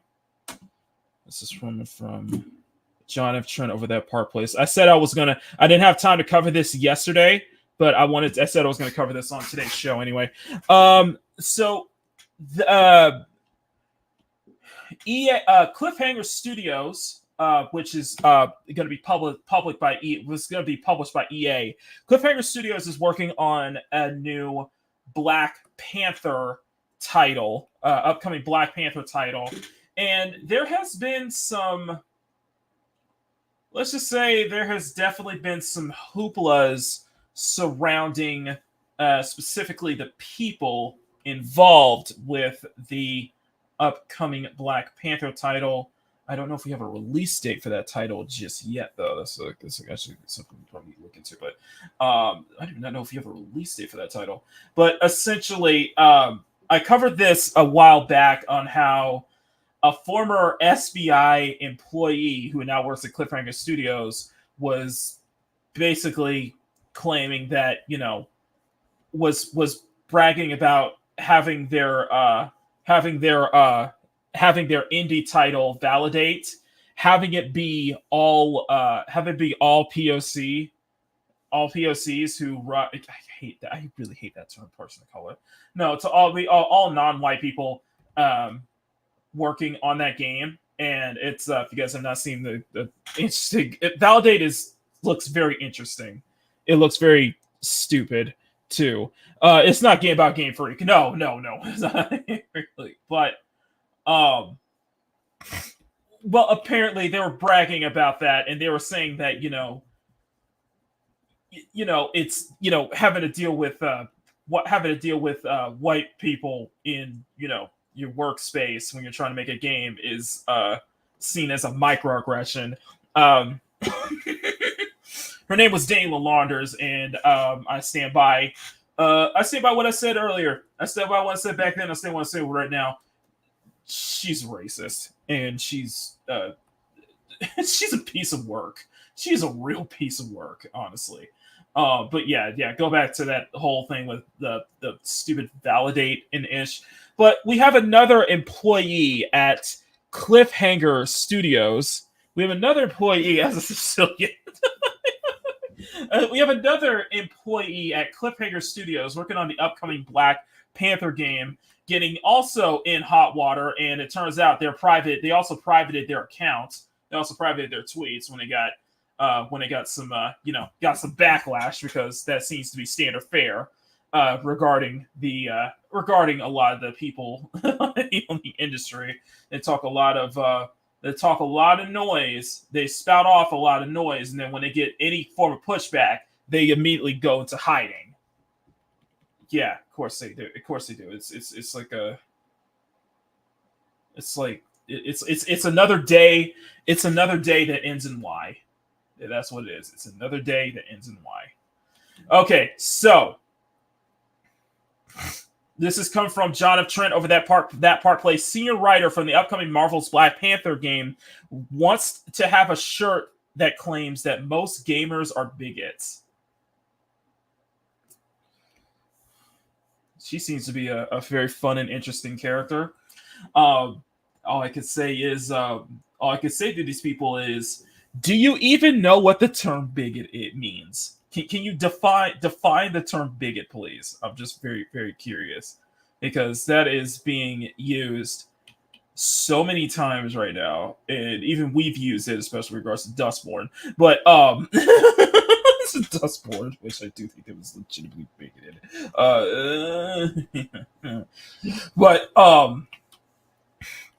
But I just ask, okay, so define the term bigot, please. I'm very curious about that. Please define that. Please define that term. I'm just very curious.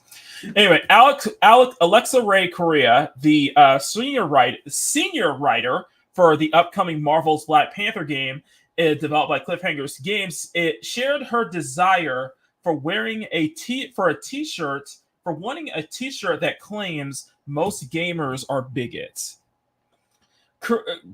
Korea made her desire known while responding to a post written by our lovable failed sex worker Kotaku senior editor and insecure narcissist, Alyssa Mercante. Mercante wrote on X, "I don't support all gamers. Most of you are bigots."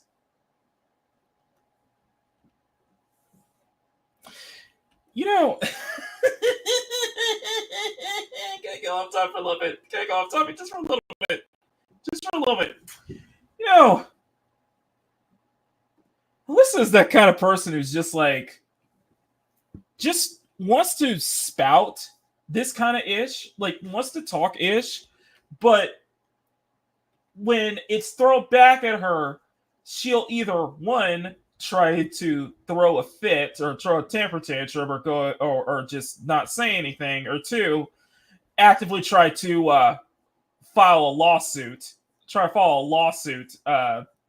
against her detractors. Listen, everything you're saying isn't helping. Isn't helping your case, honestly. And quite frankly, I don't even think you're good at your job. Quite frankly, you know, like the whole thing with Chris Kindred kind of causing a lot of problems for SBI. Well, you could probably say the same thing with Alyssa at Kotaku, honestly. Like it's almost like a similar kind of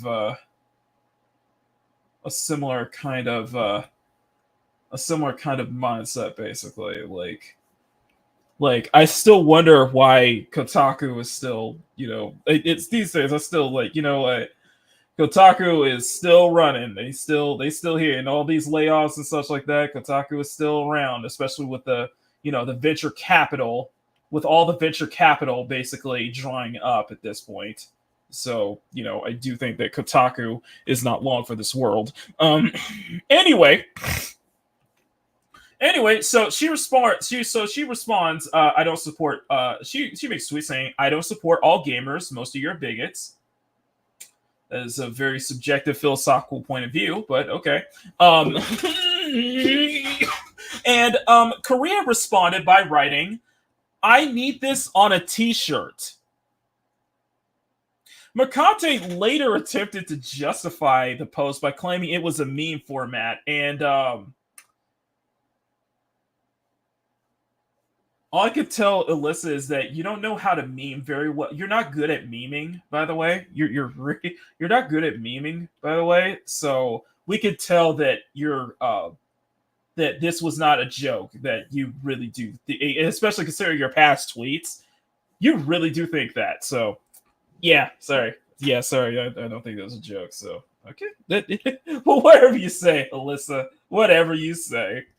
Korea is the latest red flag for Marvel's upcoming Black Panther game. The game made headlines this year when it was discovered that Cliffhanger Games hired former SBI employee Danny Lalonders, who admitted to discriminating against white people during a presentation for the Game Devs of Color Expo in 2021.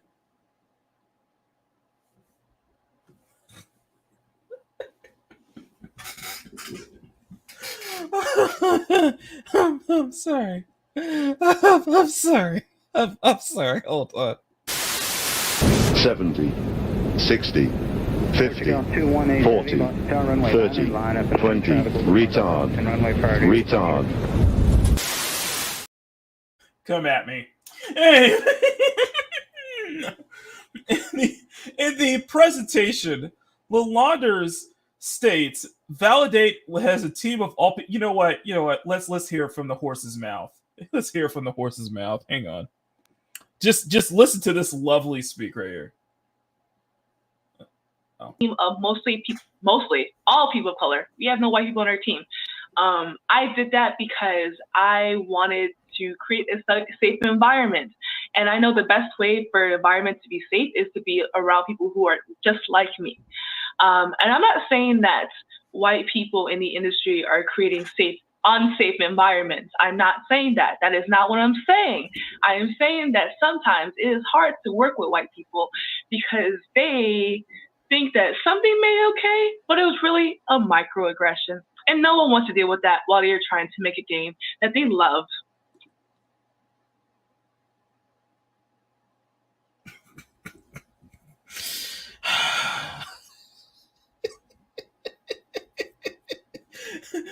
Do you guys want me to play that again? Shall I play that again? Shall I play that again? Would you guys like for me to play that again? Like, you know, let's play that. Let's play that one more time. Hang on a second. Let me play it. My next concept is team. Who is your team? A little background about this. I have a team of 21 right now for Validate. It's a pretty big team. It's a crazy big team for indie games. But who is your team? Validate has a team of mostly all people of color. We have no white people on our team. I did that because I wanted to create a safe environment. And I know the best way for an environment to be safe is to be around people who are just like me. And I'm not saying that white people in the industry are creating unsafe environments. I'm not saying that. That is not what I'm saying. I am saying that sometimes it is hard to work with white people because they think that something may be okay, but it was really a microaggression. And no one wants to deal with that while they're trying to make a game that they love. Lovely individual, isn't she? So all I can say is, one, that can be thrown right back at you. Two, that is exactly what you're thinking. And three, most importantly, Okuyasu. Okuyasu! I heard it as clear as day. This sick fuck said the N-word. I just remembered I have a meeting at 8:30. You're racist! Not only did Launders admit to discrimination, but she also said she was racist while attempting to defend her former employee, Sweet Baby Inc. On March 7th, she wrote, "I just stopped taking y'all seriously when y'all start running around saying white people can experience racism because you did not suffer through 2020 for y'all to act like you weren't an ally to BLM 4 years later." Okay, but okay, let me speak. Hang on a second. Let me just, because light here is a little too got too much light. I got plenty of natural lighting going on in my room right now. Let me speak. Danny, you listen to here. Fuck BLM. I will stand by that, and you guys and anyone listening to this can come at me all you want to.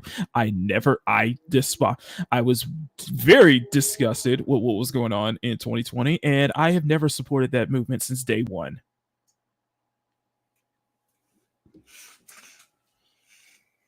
Come at me.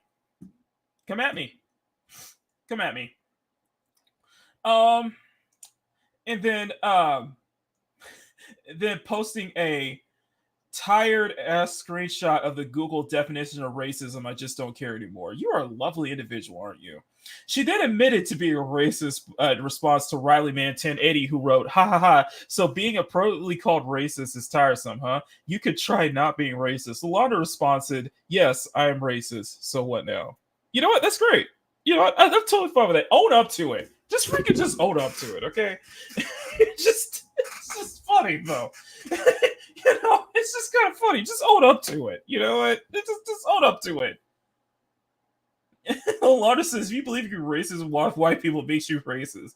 Lolanda wrote, if you think you can be racist towards white people, you literally are.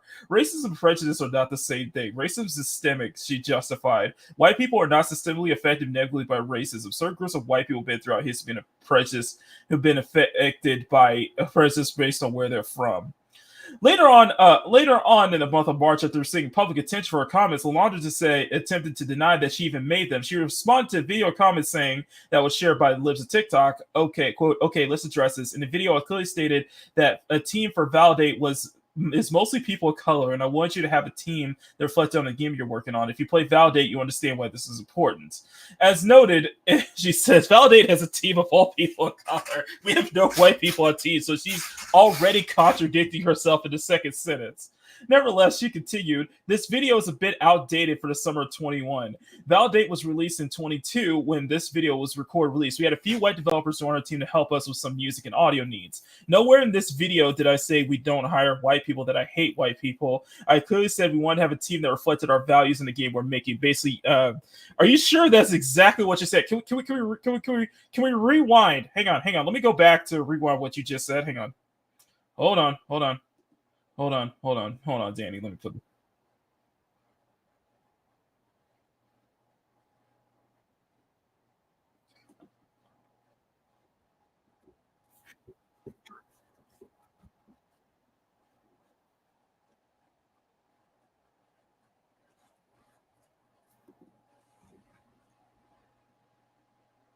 Let me scroll down here and say,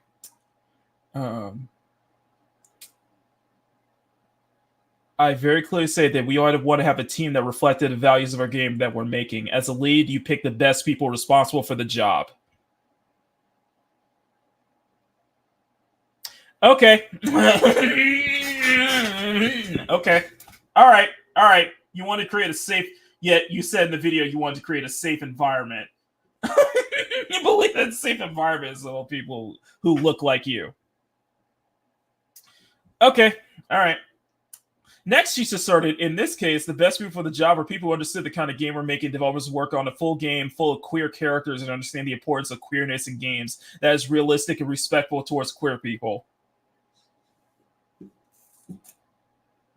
There's a lot of self-indulgence there, isn't there? Okay. All right. Whatever you say. All right. However, as noted in the video, Lalonda's made it clear that she made a conscious decision to exclude white people. We have no white people on our team. I did that because I wanted to create a safe environment. And I know that's the best way for the environment to be safe is around people who are just like me. Nevertheless, she continued, in the latter half of the video, I spoke about microaggressions in the workplace. If you're a person of color, you understand precisely what I meant. I'm a person of color, and I don't understand what you mean. That being said, I'm very well aware that white people are not the only ones who can commit microaggressions in the first place. So we can at least agree on that, right? Right? Microaggressions can be committed by anyone else in the workplace. But the context I was talking about is I had fears of certain treatment towards my marginalized workers in the workplace. I wanted my team to feel safe while working on Validate.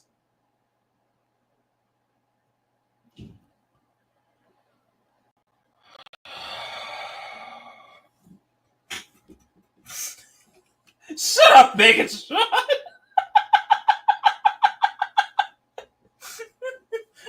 I'm about to start drinking too. I have to read this dribble. I should drunk Kiki with a bottle. Just like I'm done with this people. She appears to confront. She did discriminate against white people because she would fear they would microaggress her employees. Next, the Launders attempted damage control for her current employer. She wrote, the way LOT lives a TikTok post this video made it seem like I'm the lead developer hiring at Cliffhanger. My title is an associate narrative designer. I have any power in terms of hiring and never have. I also have been working at Cliffhanger for 9 months, she added. This video predates my time at Cliffhanger by 2 years. Again, this video is old, does not reflect my current values or current reality of my company, Veritable Joy Studios. And so above, the Lauders admitted to being racist just a week ago. So it's hard to see her discrimination practices from just 3 years ago do not reflect her current values or her current reality. I'm sorry, John. That's Don DeMarco. Don DeMarco.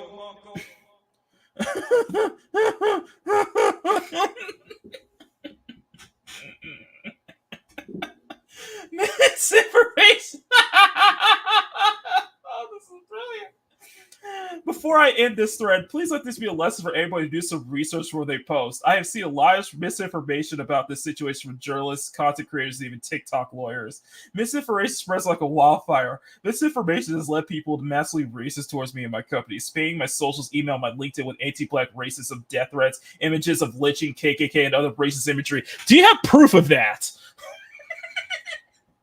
Do you have actual proof? I'm sorry. I'm sorry, especially on LinkedIn. Do you have actual proof of that? I'm sorry. Miss Launders, I have a hard time believing that. I apologize, but do you have actual proof? All of this to say, I'm sorry I made you upset with the concept of video. Hope the association thinks up. Have a nice day, everyone. Furthermore, the head of there's more. Oh my god, there's a lot more. Okay. Furthermore, the head of Cliffhanger, Kevin Stevens, told Marvel.com that diversity was embedded to the company and developer. It's an incredibly rare opportunity to build a new team around the values of diversity, collaboration, and empowerment. We want our game to enable players to feel like it's worthy of the Black Panther mantle in unique story-driven ways. We want Cliffhanger Games to empower everyone on our team as we want to collaborate with the world's this amazing life. We're dedicated to delivering fans a definitive, authentic Black Panther experience, giving them more agency and control over their narrative than ever experienced in a story-driven game. Wakanda is a rich superhero sandbox. Is our mission to develop everywhere. It's sort of more Wakanda as much as we do. Okay. What do you make of Korea wearing a t-shirt, wanting to wear a t-shirt that claims all gamers are bigots? What do you guys think? Hey man, this is from EA Cliffhanger Game, posted by EA Marvel Cliffhanger Games. We'll see how that turns out. It doesn't really seem too It doesn't seem really like something I would want to kind of support, in my humble opinion. What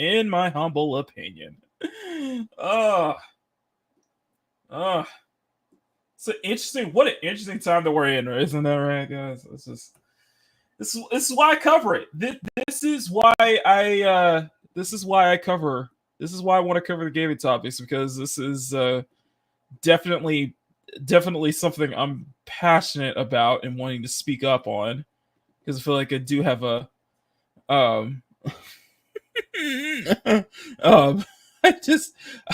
I'm sorry.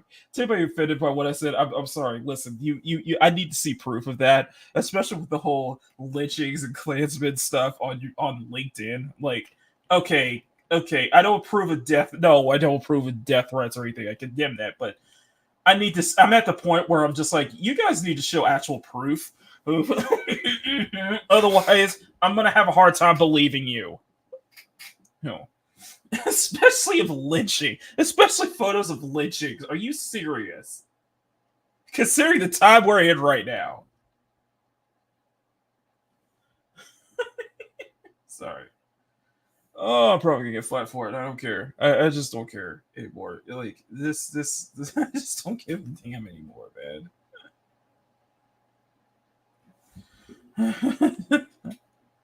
I just don't care anymore, man. Just all of it is just stupid. All of it is just like this whole year has been an absolute this whole year has just been like an absolute chaos. It's just been just a craziest year I've ever witnessed, man. Like absolute insanity all around. I'm like, man, I saw a lot. You know what I'm seeing? I'm seeing so many like true colors, like people showing their true colors, and it's just like baffling. I just find it just kind of baffling to me. Just like, this is how you guys feel, huh? I'm like, okay then, I'm whatever, man. Whatever, man.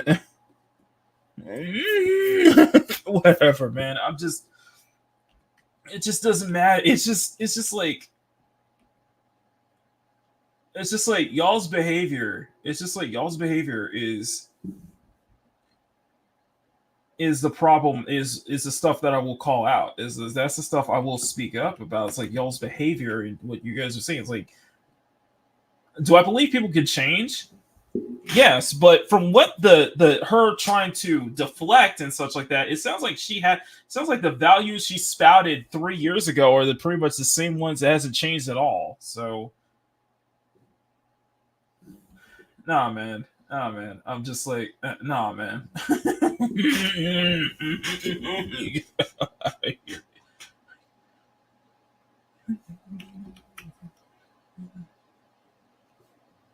So yeah, I don't know. Y'all can have it, man. Y'all go ahead. Go ahead with that, y'all. Y'all go ahead and do what you want on that one, man. I'm out. I'm out. I am out. I am out. All right. So it's 9.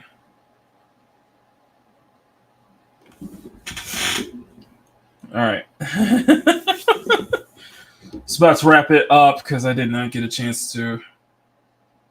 Details here. I gotta say, it's just crazy, man. It's just absolutely crazy. Just what's been going on, just in this industry alone. Just like, damn, you know. But it is what it is, I guess. All right, time is up. So that is one more tomato I need to write down, and we got enough. I got enough time for one more. I think we have enough time for one more tomato, basically. So that was it. So let me go and draw this tomato. What I'm going to do is I'm going to take a little water break. We're going to take a little swig of water, and then I'm going to draw my last tomato, and then we'll start. Then we'll do one more. We'll do one more session. So by the end, we'll see how far I can get with the line art process in about 4 tomatoes. So, here we go. I think it's good with focus. I do recommend.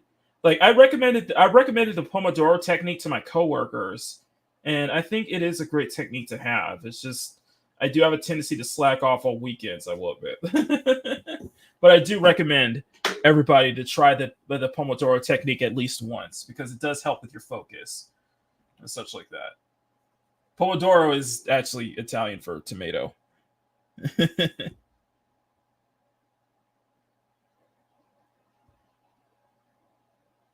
So, all right, let's key. All right, so take a swig of water real quick.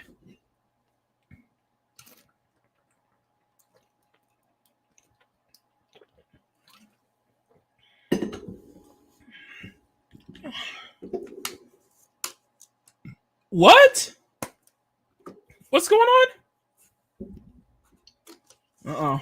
Power got the breaking news. What is this here? Uh-oh. What's going on, Power?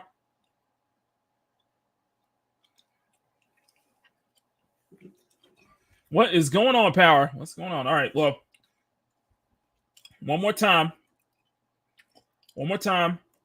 Let's do. This time, we're going to kick it up to 30 minutes. So, I'm going to kick it up to 30 minutes. All right, swig of water. I'm going to stop here and then hit record again. And Power, guys, clear the room. Let Power speak. All right. Thank you so much, Riot. Thank you so much for being here. Guys, subscribe to the one, the only Riot Kitty. Let's get her to 1,000 subscribers this year. Let's get Riot Kitty monetized. Let's monetize the kitty. Let's get the kitty.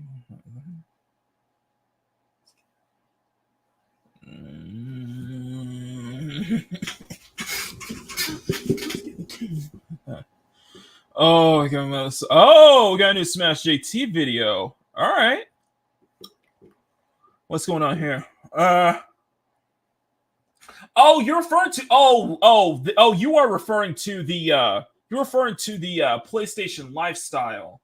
The PlayStation Lifestyle developer. Yeah, okay. So apparently the whole thing with Ghost of Yote, the Ghost of Tsushima sequel that stars the Atsu instead of Jin Sakai. Well, there's been a lot of talk about that, right?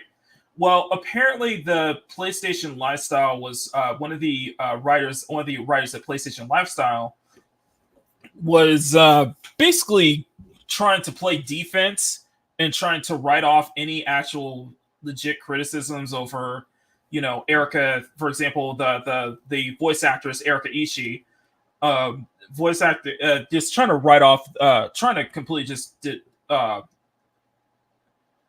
write off the legit complaints, and she actually did block Smash JT over it. Yeah, she's just it looks like she got added to the Smash JT's Kotaku Detected page as well. So that's a very interesting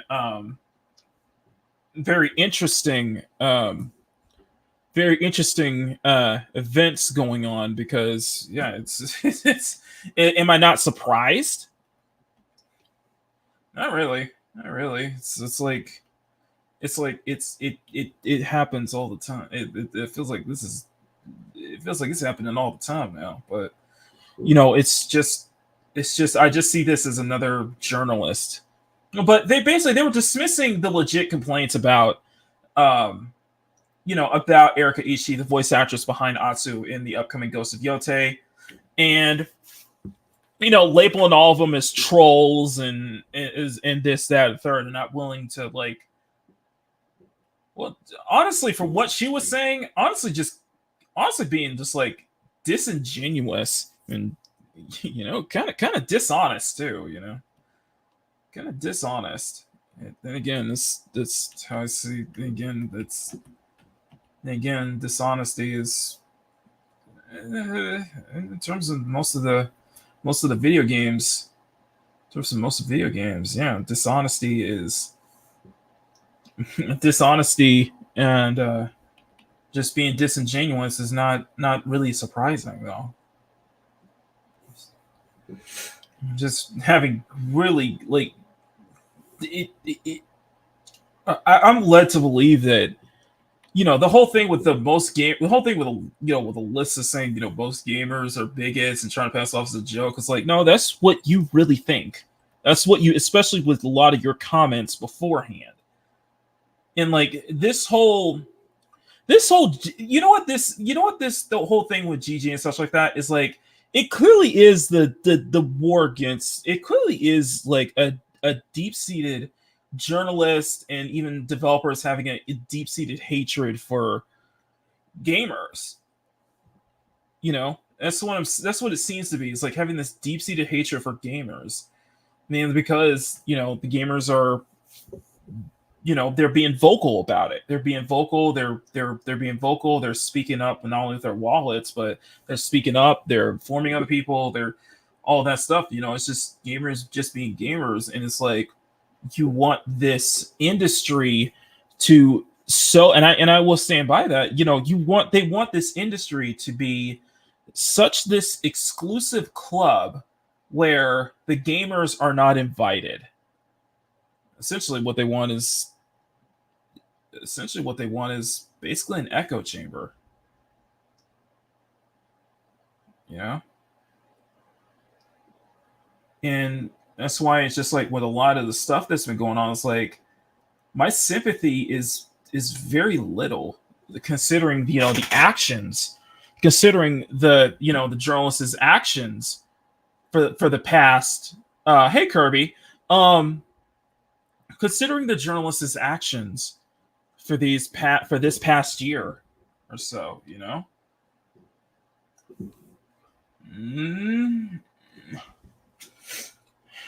But just remember, all this started when an SBI,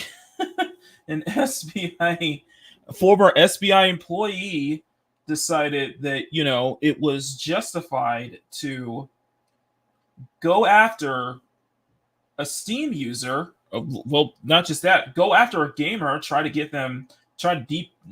put it this way, try to deplatform a gamer, basically. Try to cancel someone, and it created this Streisand effect.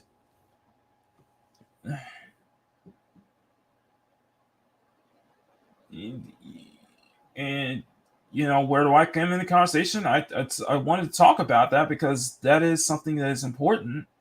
Because I do think that just this whole thing is just absolutely insane, and I do have a stake in the matter. I'm not some chud grifter like most of these the chud grifter like as most people will probably claim most gamers are, or most of these content creators are. But no, I do have a voice. I do have a saying that I want to say something. It's like, this is, especially if it's a medium that I myself personally are very passionate about. And I've been keeping an eye on this. I've been following all these channels. I've been just watching, just observing what's been going on in real time. And it's just absolutely insane.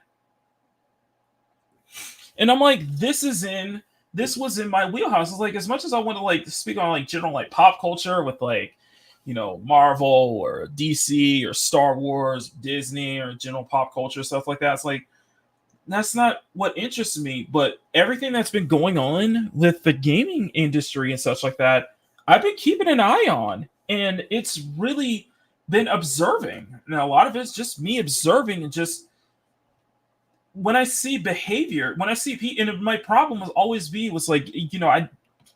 noticed that, yeah, I will use the term woke or DI or ESG in the tags, because that does garner some attention, but you never hear me say anything is woke, honestly.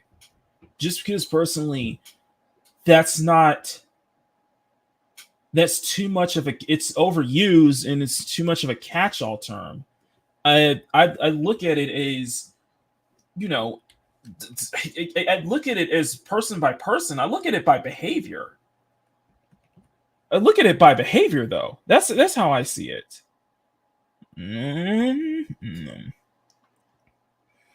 It's just by behavior and how these people are acting. And these people, a lot of people, I ain't gonna lie, a lot of the people that have been acting, we've been showing that,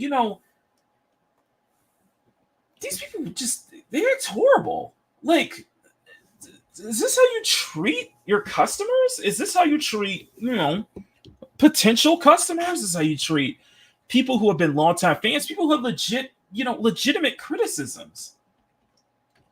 And do I think saying something is woke is not? Saying something is woke or whatever, I don't think that's a legit criticism. I think you have to break that down. My criticism with Daniel Launders is that it's a blatant she's blatantly contradicting herself, and she's deflecting. She was deflecting. The whole thing with the whole, the senior writer at Black Panther, I just forgot her name, was wanting to write the, wanting to have a shirt that says all gamers are bigots. It's like,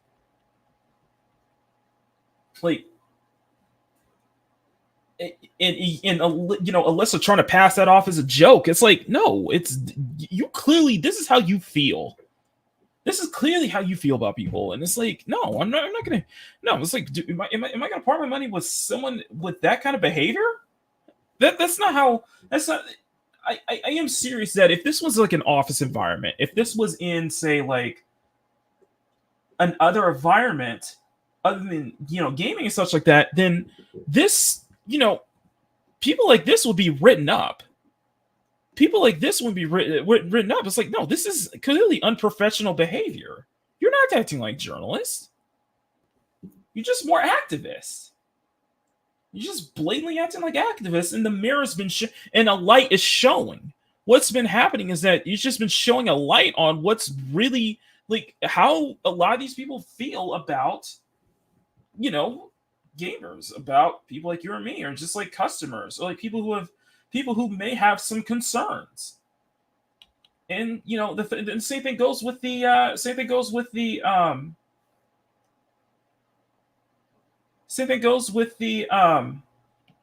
developer of same thing goes with the PlayStation Lifestyle journalists. Like, there's legit there. We're not saying like, oh, we're not gonna just drop the game or something, but you know what? Ghost of Yotei looks good, but there are some legit concerns with the voice actresses statements in the past, and that's not, and, and that might be a turning off. If people are going to be worried, is she's going to bring that same mentality? Is that going to affect the development of the game now? With someone like Irigaishi, and I know she has a long track record. It's just the statements. It's just those statements, those comments. It's like, okay, like clearly, yeah. There's like Smash said, there clearly is a recognizable pattern of this kind of behavior, specifically coming from people who have this kind of haircuts and such like that. There clearly is a pattern of recognition going on there that is like clear as day. And it's just something that, like, hey, most people are saying, I do believe that most people are believing that. Like, we're not saying, we're just going to just drop the game because of this voice actress. Maybe many people are, but we're just being cautious. We're just concerned.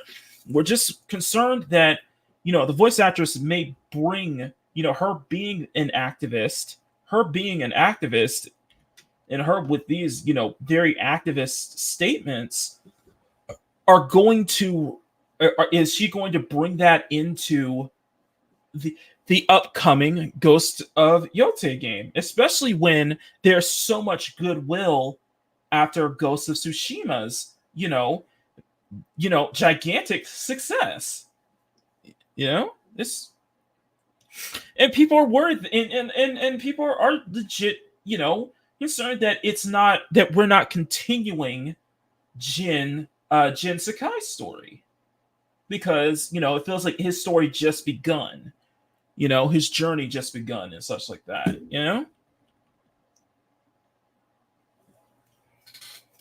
And there's already, and the thing is, PlayStation brand, they're already in hot. They've already had taken some hits. They've taken some hits this year. Sony took some hits this year. You can't deny that. With just everything's going, the Helldivers 2 situation with Concord, and how much of a colossal disaster that game was. To all of it, and just stuff in between and such like that. It's like, I think what, PlayStation definitely needs the hits, but PlayStation's definitely going to need hits, but I think what Sony really needs is to recover that goodwill. Sony needs to get that goodwill back, to like, hey, listen, we're not, we and it's just, I don't see a lot of goodwill towards Sony nowadays. It's especially with them putting out, in my opinion, very unnecessary and unneeded and really unnecessary remakes like Horizon Zero Dawn, or the disaster that is the Until Dawn remake. How interesting that the controversial titles has the name Dawn in it, uses the phrase Dawn, and I think about that. But this is how I see it, man. That's how I see it. And I do think that the industry is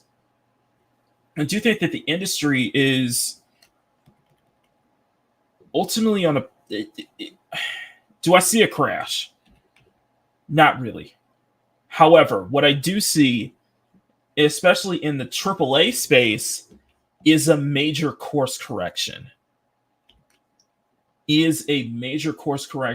To say, we're not going to, for studios to like, yeah, are they going to be greedy? Yeah. So they're going to continue kind of going with this including these activist policies in their games. Yes.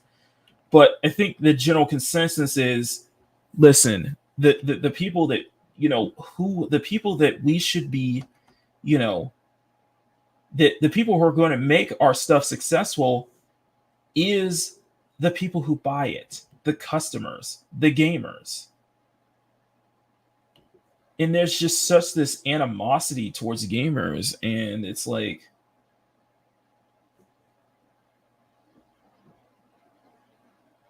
don't know. I don't know. Probably what helps is that we're about a month out from we're about under a month out from the whole big day in November, and regardless of what's going to happen, it's going to cause a fire. I do believe that what's going to happen in November is going to cause a major controversies,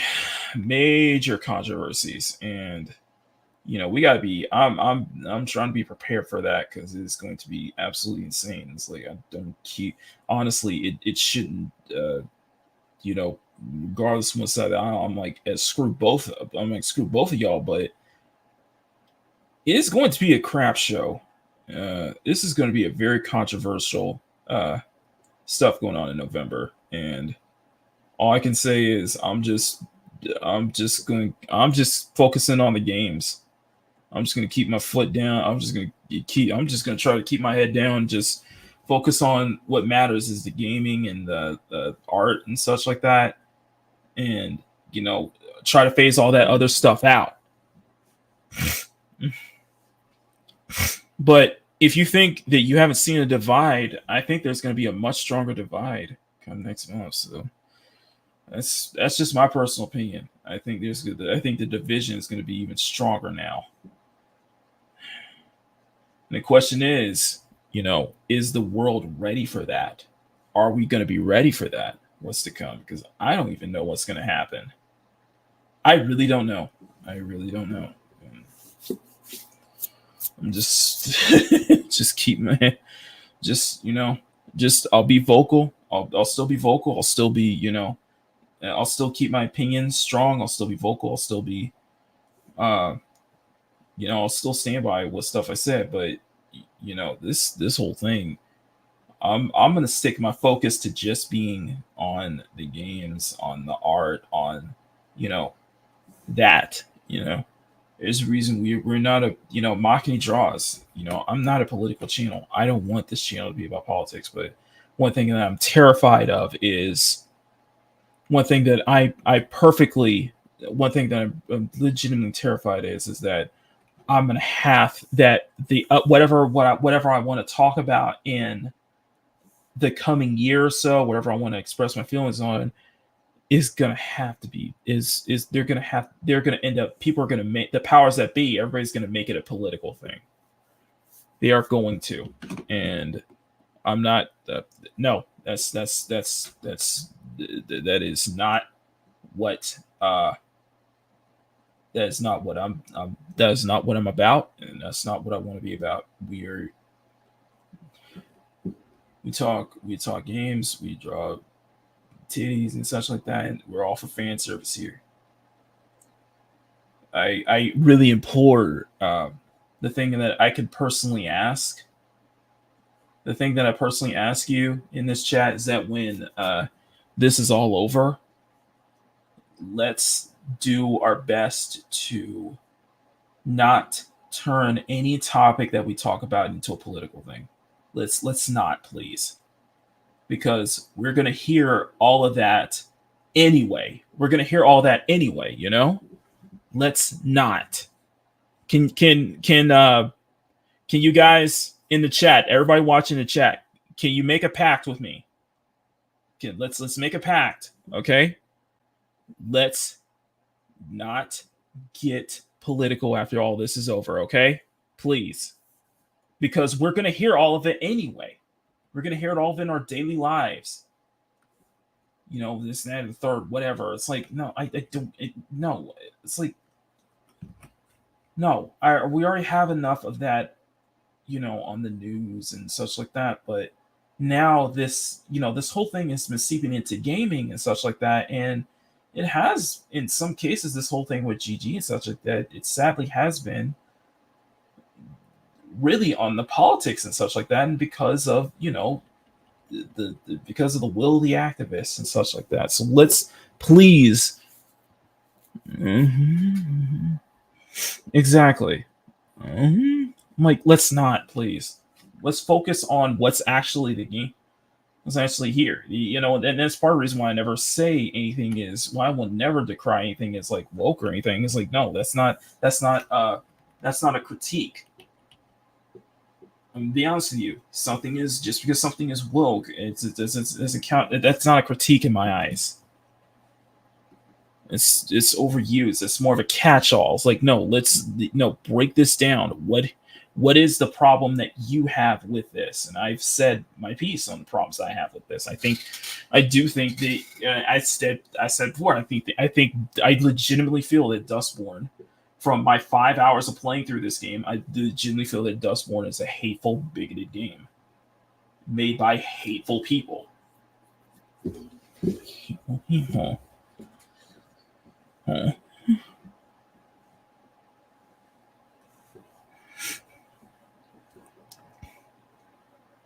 You know, so that's going to be my thing. That's going to be part of my New Year's resolution is, you know, to make sure that, you know, all of my points are as articulate and as articulate as it can be, and that it can focus on the topic, and that all my points, any points that I make, has to be articulate.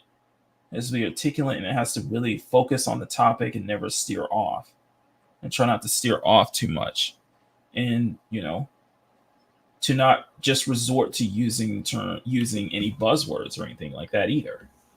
That's not what I want. That's not what I want to do. That's not what I want a channel to be when I speak my mind on stuff. I can't. My problem with me is that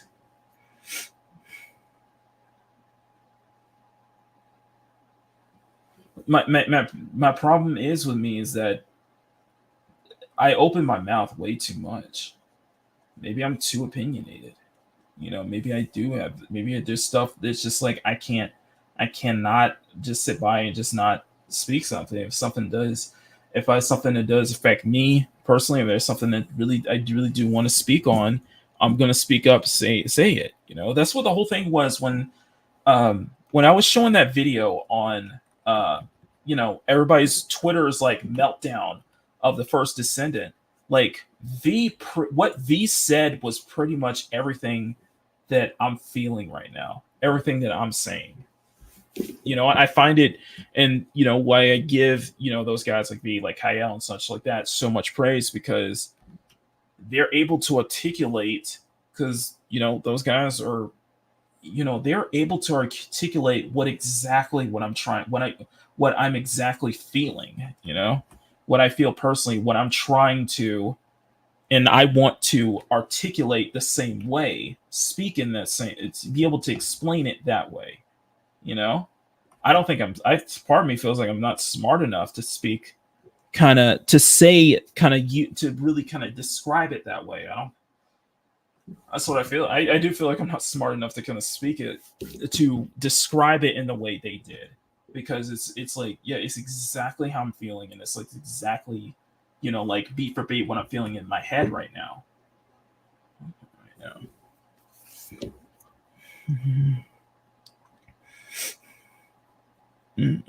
Yeah. So I want to be, you know, I do want to be more articulate next year. Next year, I really want to be articulate with whatever feelings that I have, or whatever personal feelings I hear. But at the same time, you can't deny that, you know, if it's something I'm very opinionated about, that, yeah, the passion, it's not coming from clearly what I've been wanting to talk about doesn't come from some kind of like grifter's point of view or anything. No, this is from a passionate person, somebody who's legitimately has these feelings, someone who genuinely feels this way, and is not going to be demonized anymore, is not going to be shamed anymore. It's like, be open about this, you know, be upfront about this, because like at this point, you know, your little buzzwords, personal attacks, I'm just so neutered to that now. I'm just like, whatever, man. Do you have a legitimate concern on why, you know, something like this is, do you have a legitimate concern on why, you know, you you think this something like, you know, what you're seeing here with like the First Descendant should not be made, or do you have a legitimate concern that other than just whatever your personal, you know, moral grandstanding what it is when it comes out that you guys are nothing but hypocrites? It's, you know, this is why that's the whole thing I have with that's the whole problem I have with the term safe horny. You know, this is the whole problem I have with the term toxic positivity. And I do think that's going to be my next commentary video, is my feelings towards this term, you know, my feelings on towards this term toxic positivity, and why I think that should be a major red flag. Why I think moving forward that if you ever hear anything about like a studio having this, you know, toxic positivity where where no one is allowed to actually have a different opinion, no one's allowed to actually critique or saying, hey, this isn't going to work, we should try, maybe this idea isn't going to work, let's have a talk about this, that everybody has to be, you know, in lockstep and everything. It's like, no, that's not how a work, that's not how you do at a work, and that's not how work, that's not how a work environment is. Like in any work environment, in any office environment, you know that not everybody is going to be on the same page. Not everybody's going to have this, everybody's going to agree in lockstep. Like, you're going to have those same opinions. You're going to have differing opinions. You're going to have different ideas. It's like those different, you know, ideas and such, they end up leading to great things. Having those discussions, stuff like that, just having this toxic positivity where everybody has to agree on all these ideas and that there's no like difference of statements or opinions. I'm like, no, that's not how a successful environment works. And Concord, in my humble opinion, because of it, is a shining example of that. You know, we saw what was going on. We heard about what was going on behind the scenes. And that's a certain example of this toxic positivity environment. That's not a healthy work environment, is what I'm saying. That is not a healthy work environment, period.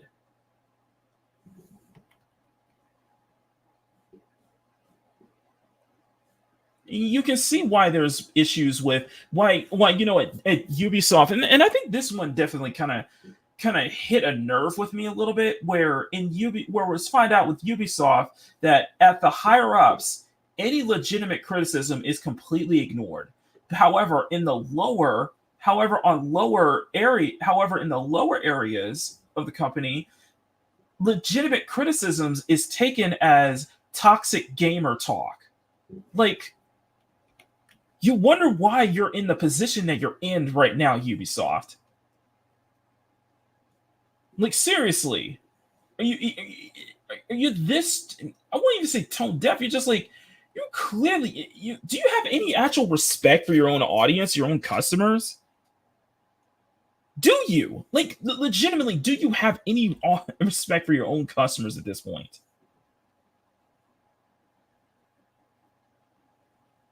This fucking toxic gamer talk, and this whole thing with, you know, toxic, you know, being toxic male talk. So what? I'm a toxic male. I'm proud of it.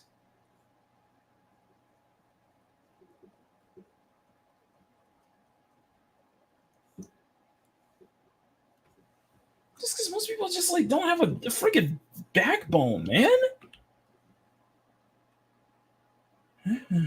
Sorry. I'm getting a little heated myself now.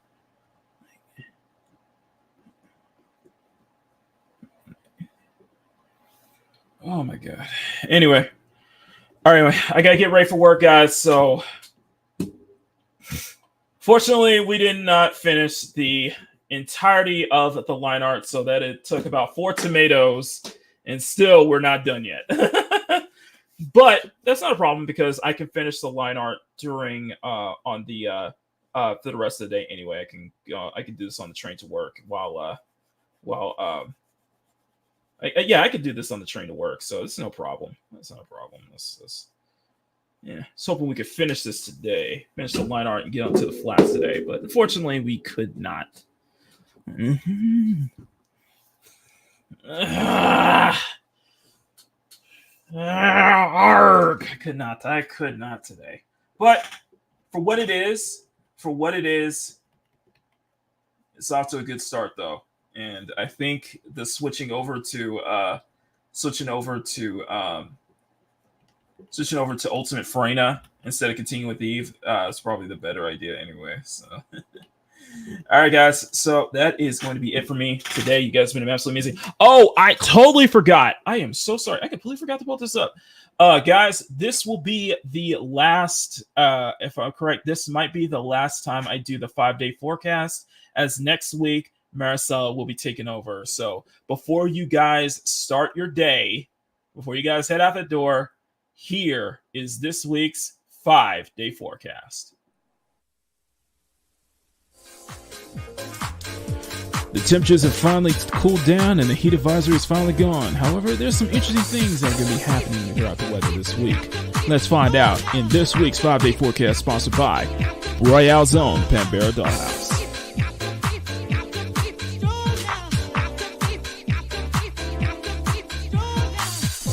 As mentioned before, temperatures will be keeping steady from the high 60s to the low 70s throughout the CSF nation. However, one thing that was very interesting was the fog that was building up throughout this weekend. As such, the first cities that will be experiencing it will be Royale and Ados Bay, which will be today, which will keep it to the low to mid 60s throughout Monday.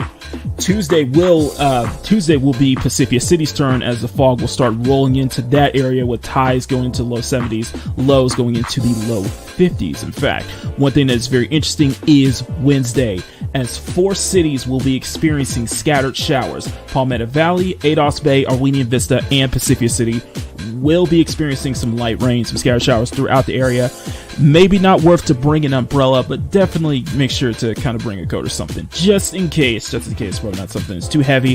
However, temperatures will be keeping steady throughout the rest of the week going into the weekend, where it will rise up. However, it will start to cool down a little bit more going into next week. So that is it for this week's 5-day forecast, sponsored by Panbera Dollhouse. And this will likely be the last time I do the 5-day forecast, as next week Maricela will officially be taking over the 5-day forecast duties as the official Makini in the Morning Weather Girl. So make sure you give her a huge welcome, and she really appreciates all the support.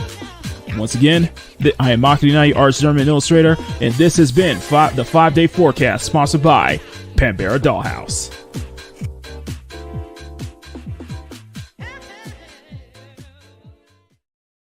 On Wednesday, we might have some scattered showers, depending on where you are.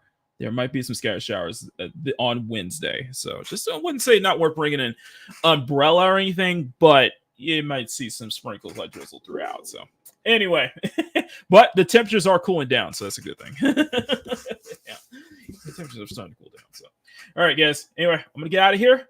Thank you guys so much. If you guys can do me one last favor. You see that like button right there? You see it? Jitter gets smacking. And do the same for the subscribe button as well. Thank you. Thank you so much. Smack that like button, make it jiggle. Smack the subscribe button, make it jiggle. And a big thank you to everyone in the CSF Nation. Can we get one more salute? My channel members, can we get one more salute before the end of the show right now? And awesome. Thank you. And of course, massive thank you to all of my channel members. Join the CSF Nation for as low as $1 a month. Really appreciate all of your support.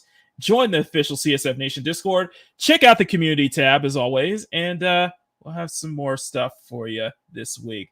You guys we're due for a speed painting video this week, which will be Brianna's Jessica Rabbit cosplay, which if it's not out tomorrow, then it will be out on Wednesday. For certain, it will be out on Wednesday. So stay tuned for that. Plenty of content. Thank you to everybody who's been subscribing. We're slowly trying to get that momentum back. So let's make one hard push to get to 3,000 subscribers by the end of this year. Let's make it happen, guys. Thank you all so much. You guys have been absolutely incredible. So it's a Makini United Arts German Illustrator. Thank you for tuning in to Makini in the Morning. Until then. Take care. Much love. Stay cute. Stay sexy. Have fun. Never apologize for wanting attractive women in your media, especially in your video games.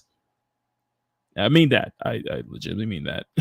And above all else, never stop drawing. Have a great rest of your Monday, guys. I will see you all tomorrow or Wednesday for Makini Morning. And see you next time. I love y'all. Take care. Let me send my outro video. Peace.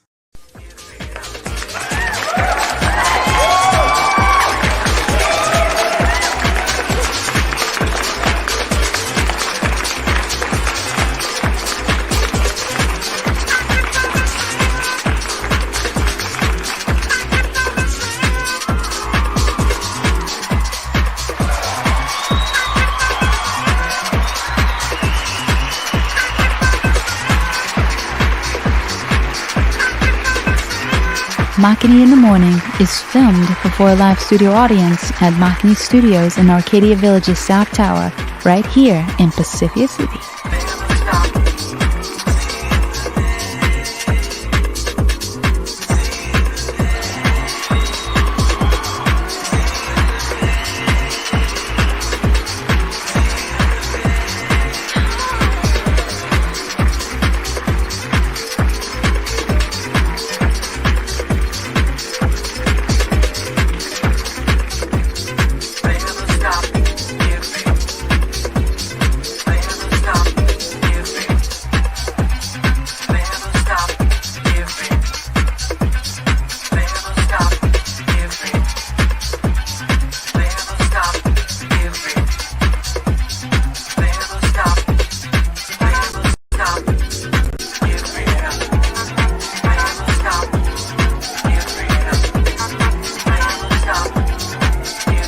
Want to be a part of the next Makini Morning National audience? Huh? All you have to do is visit youtube.com/Makini90 or call 765-9077 toll free.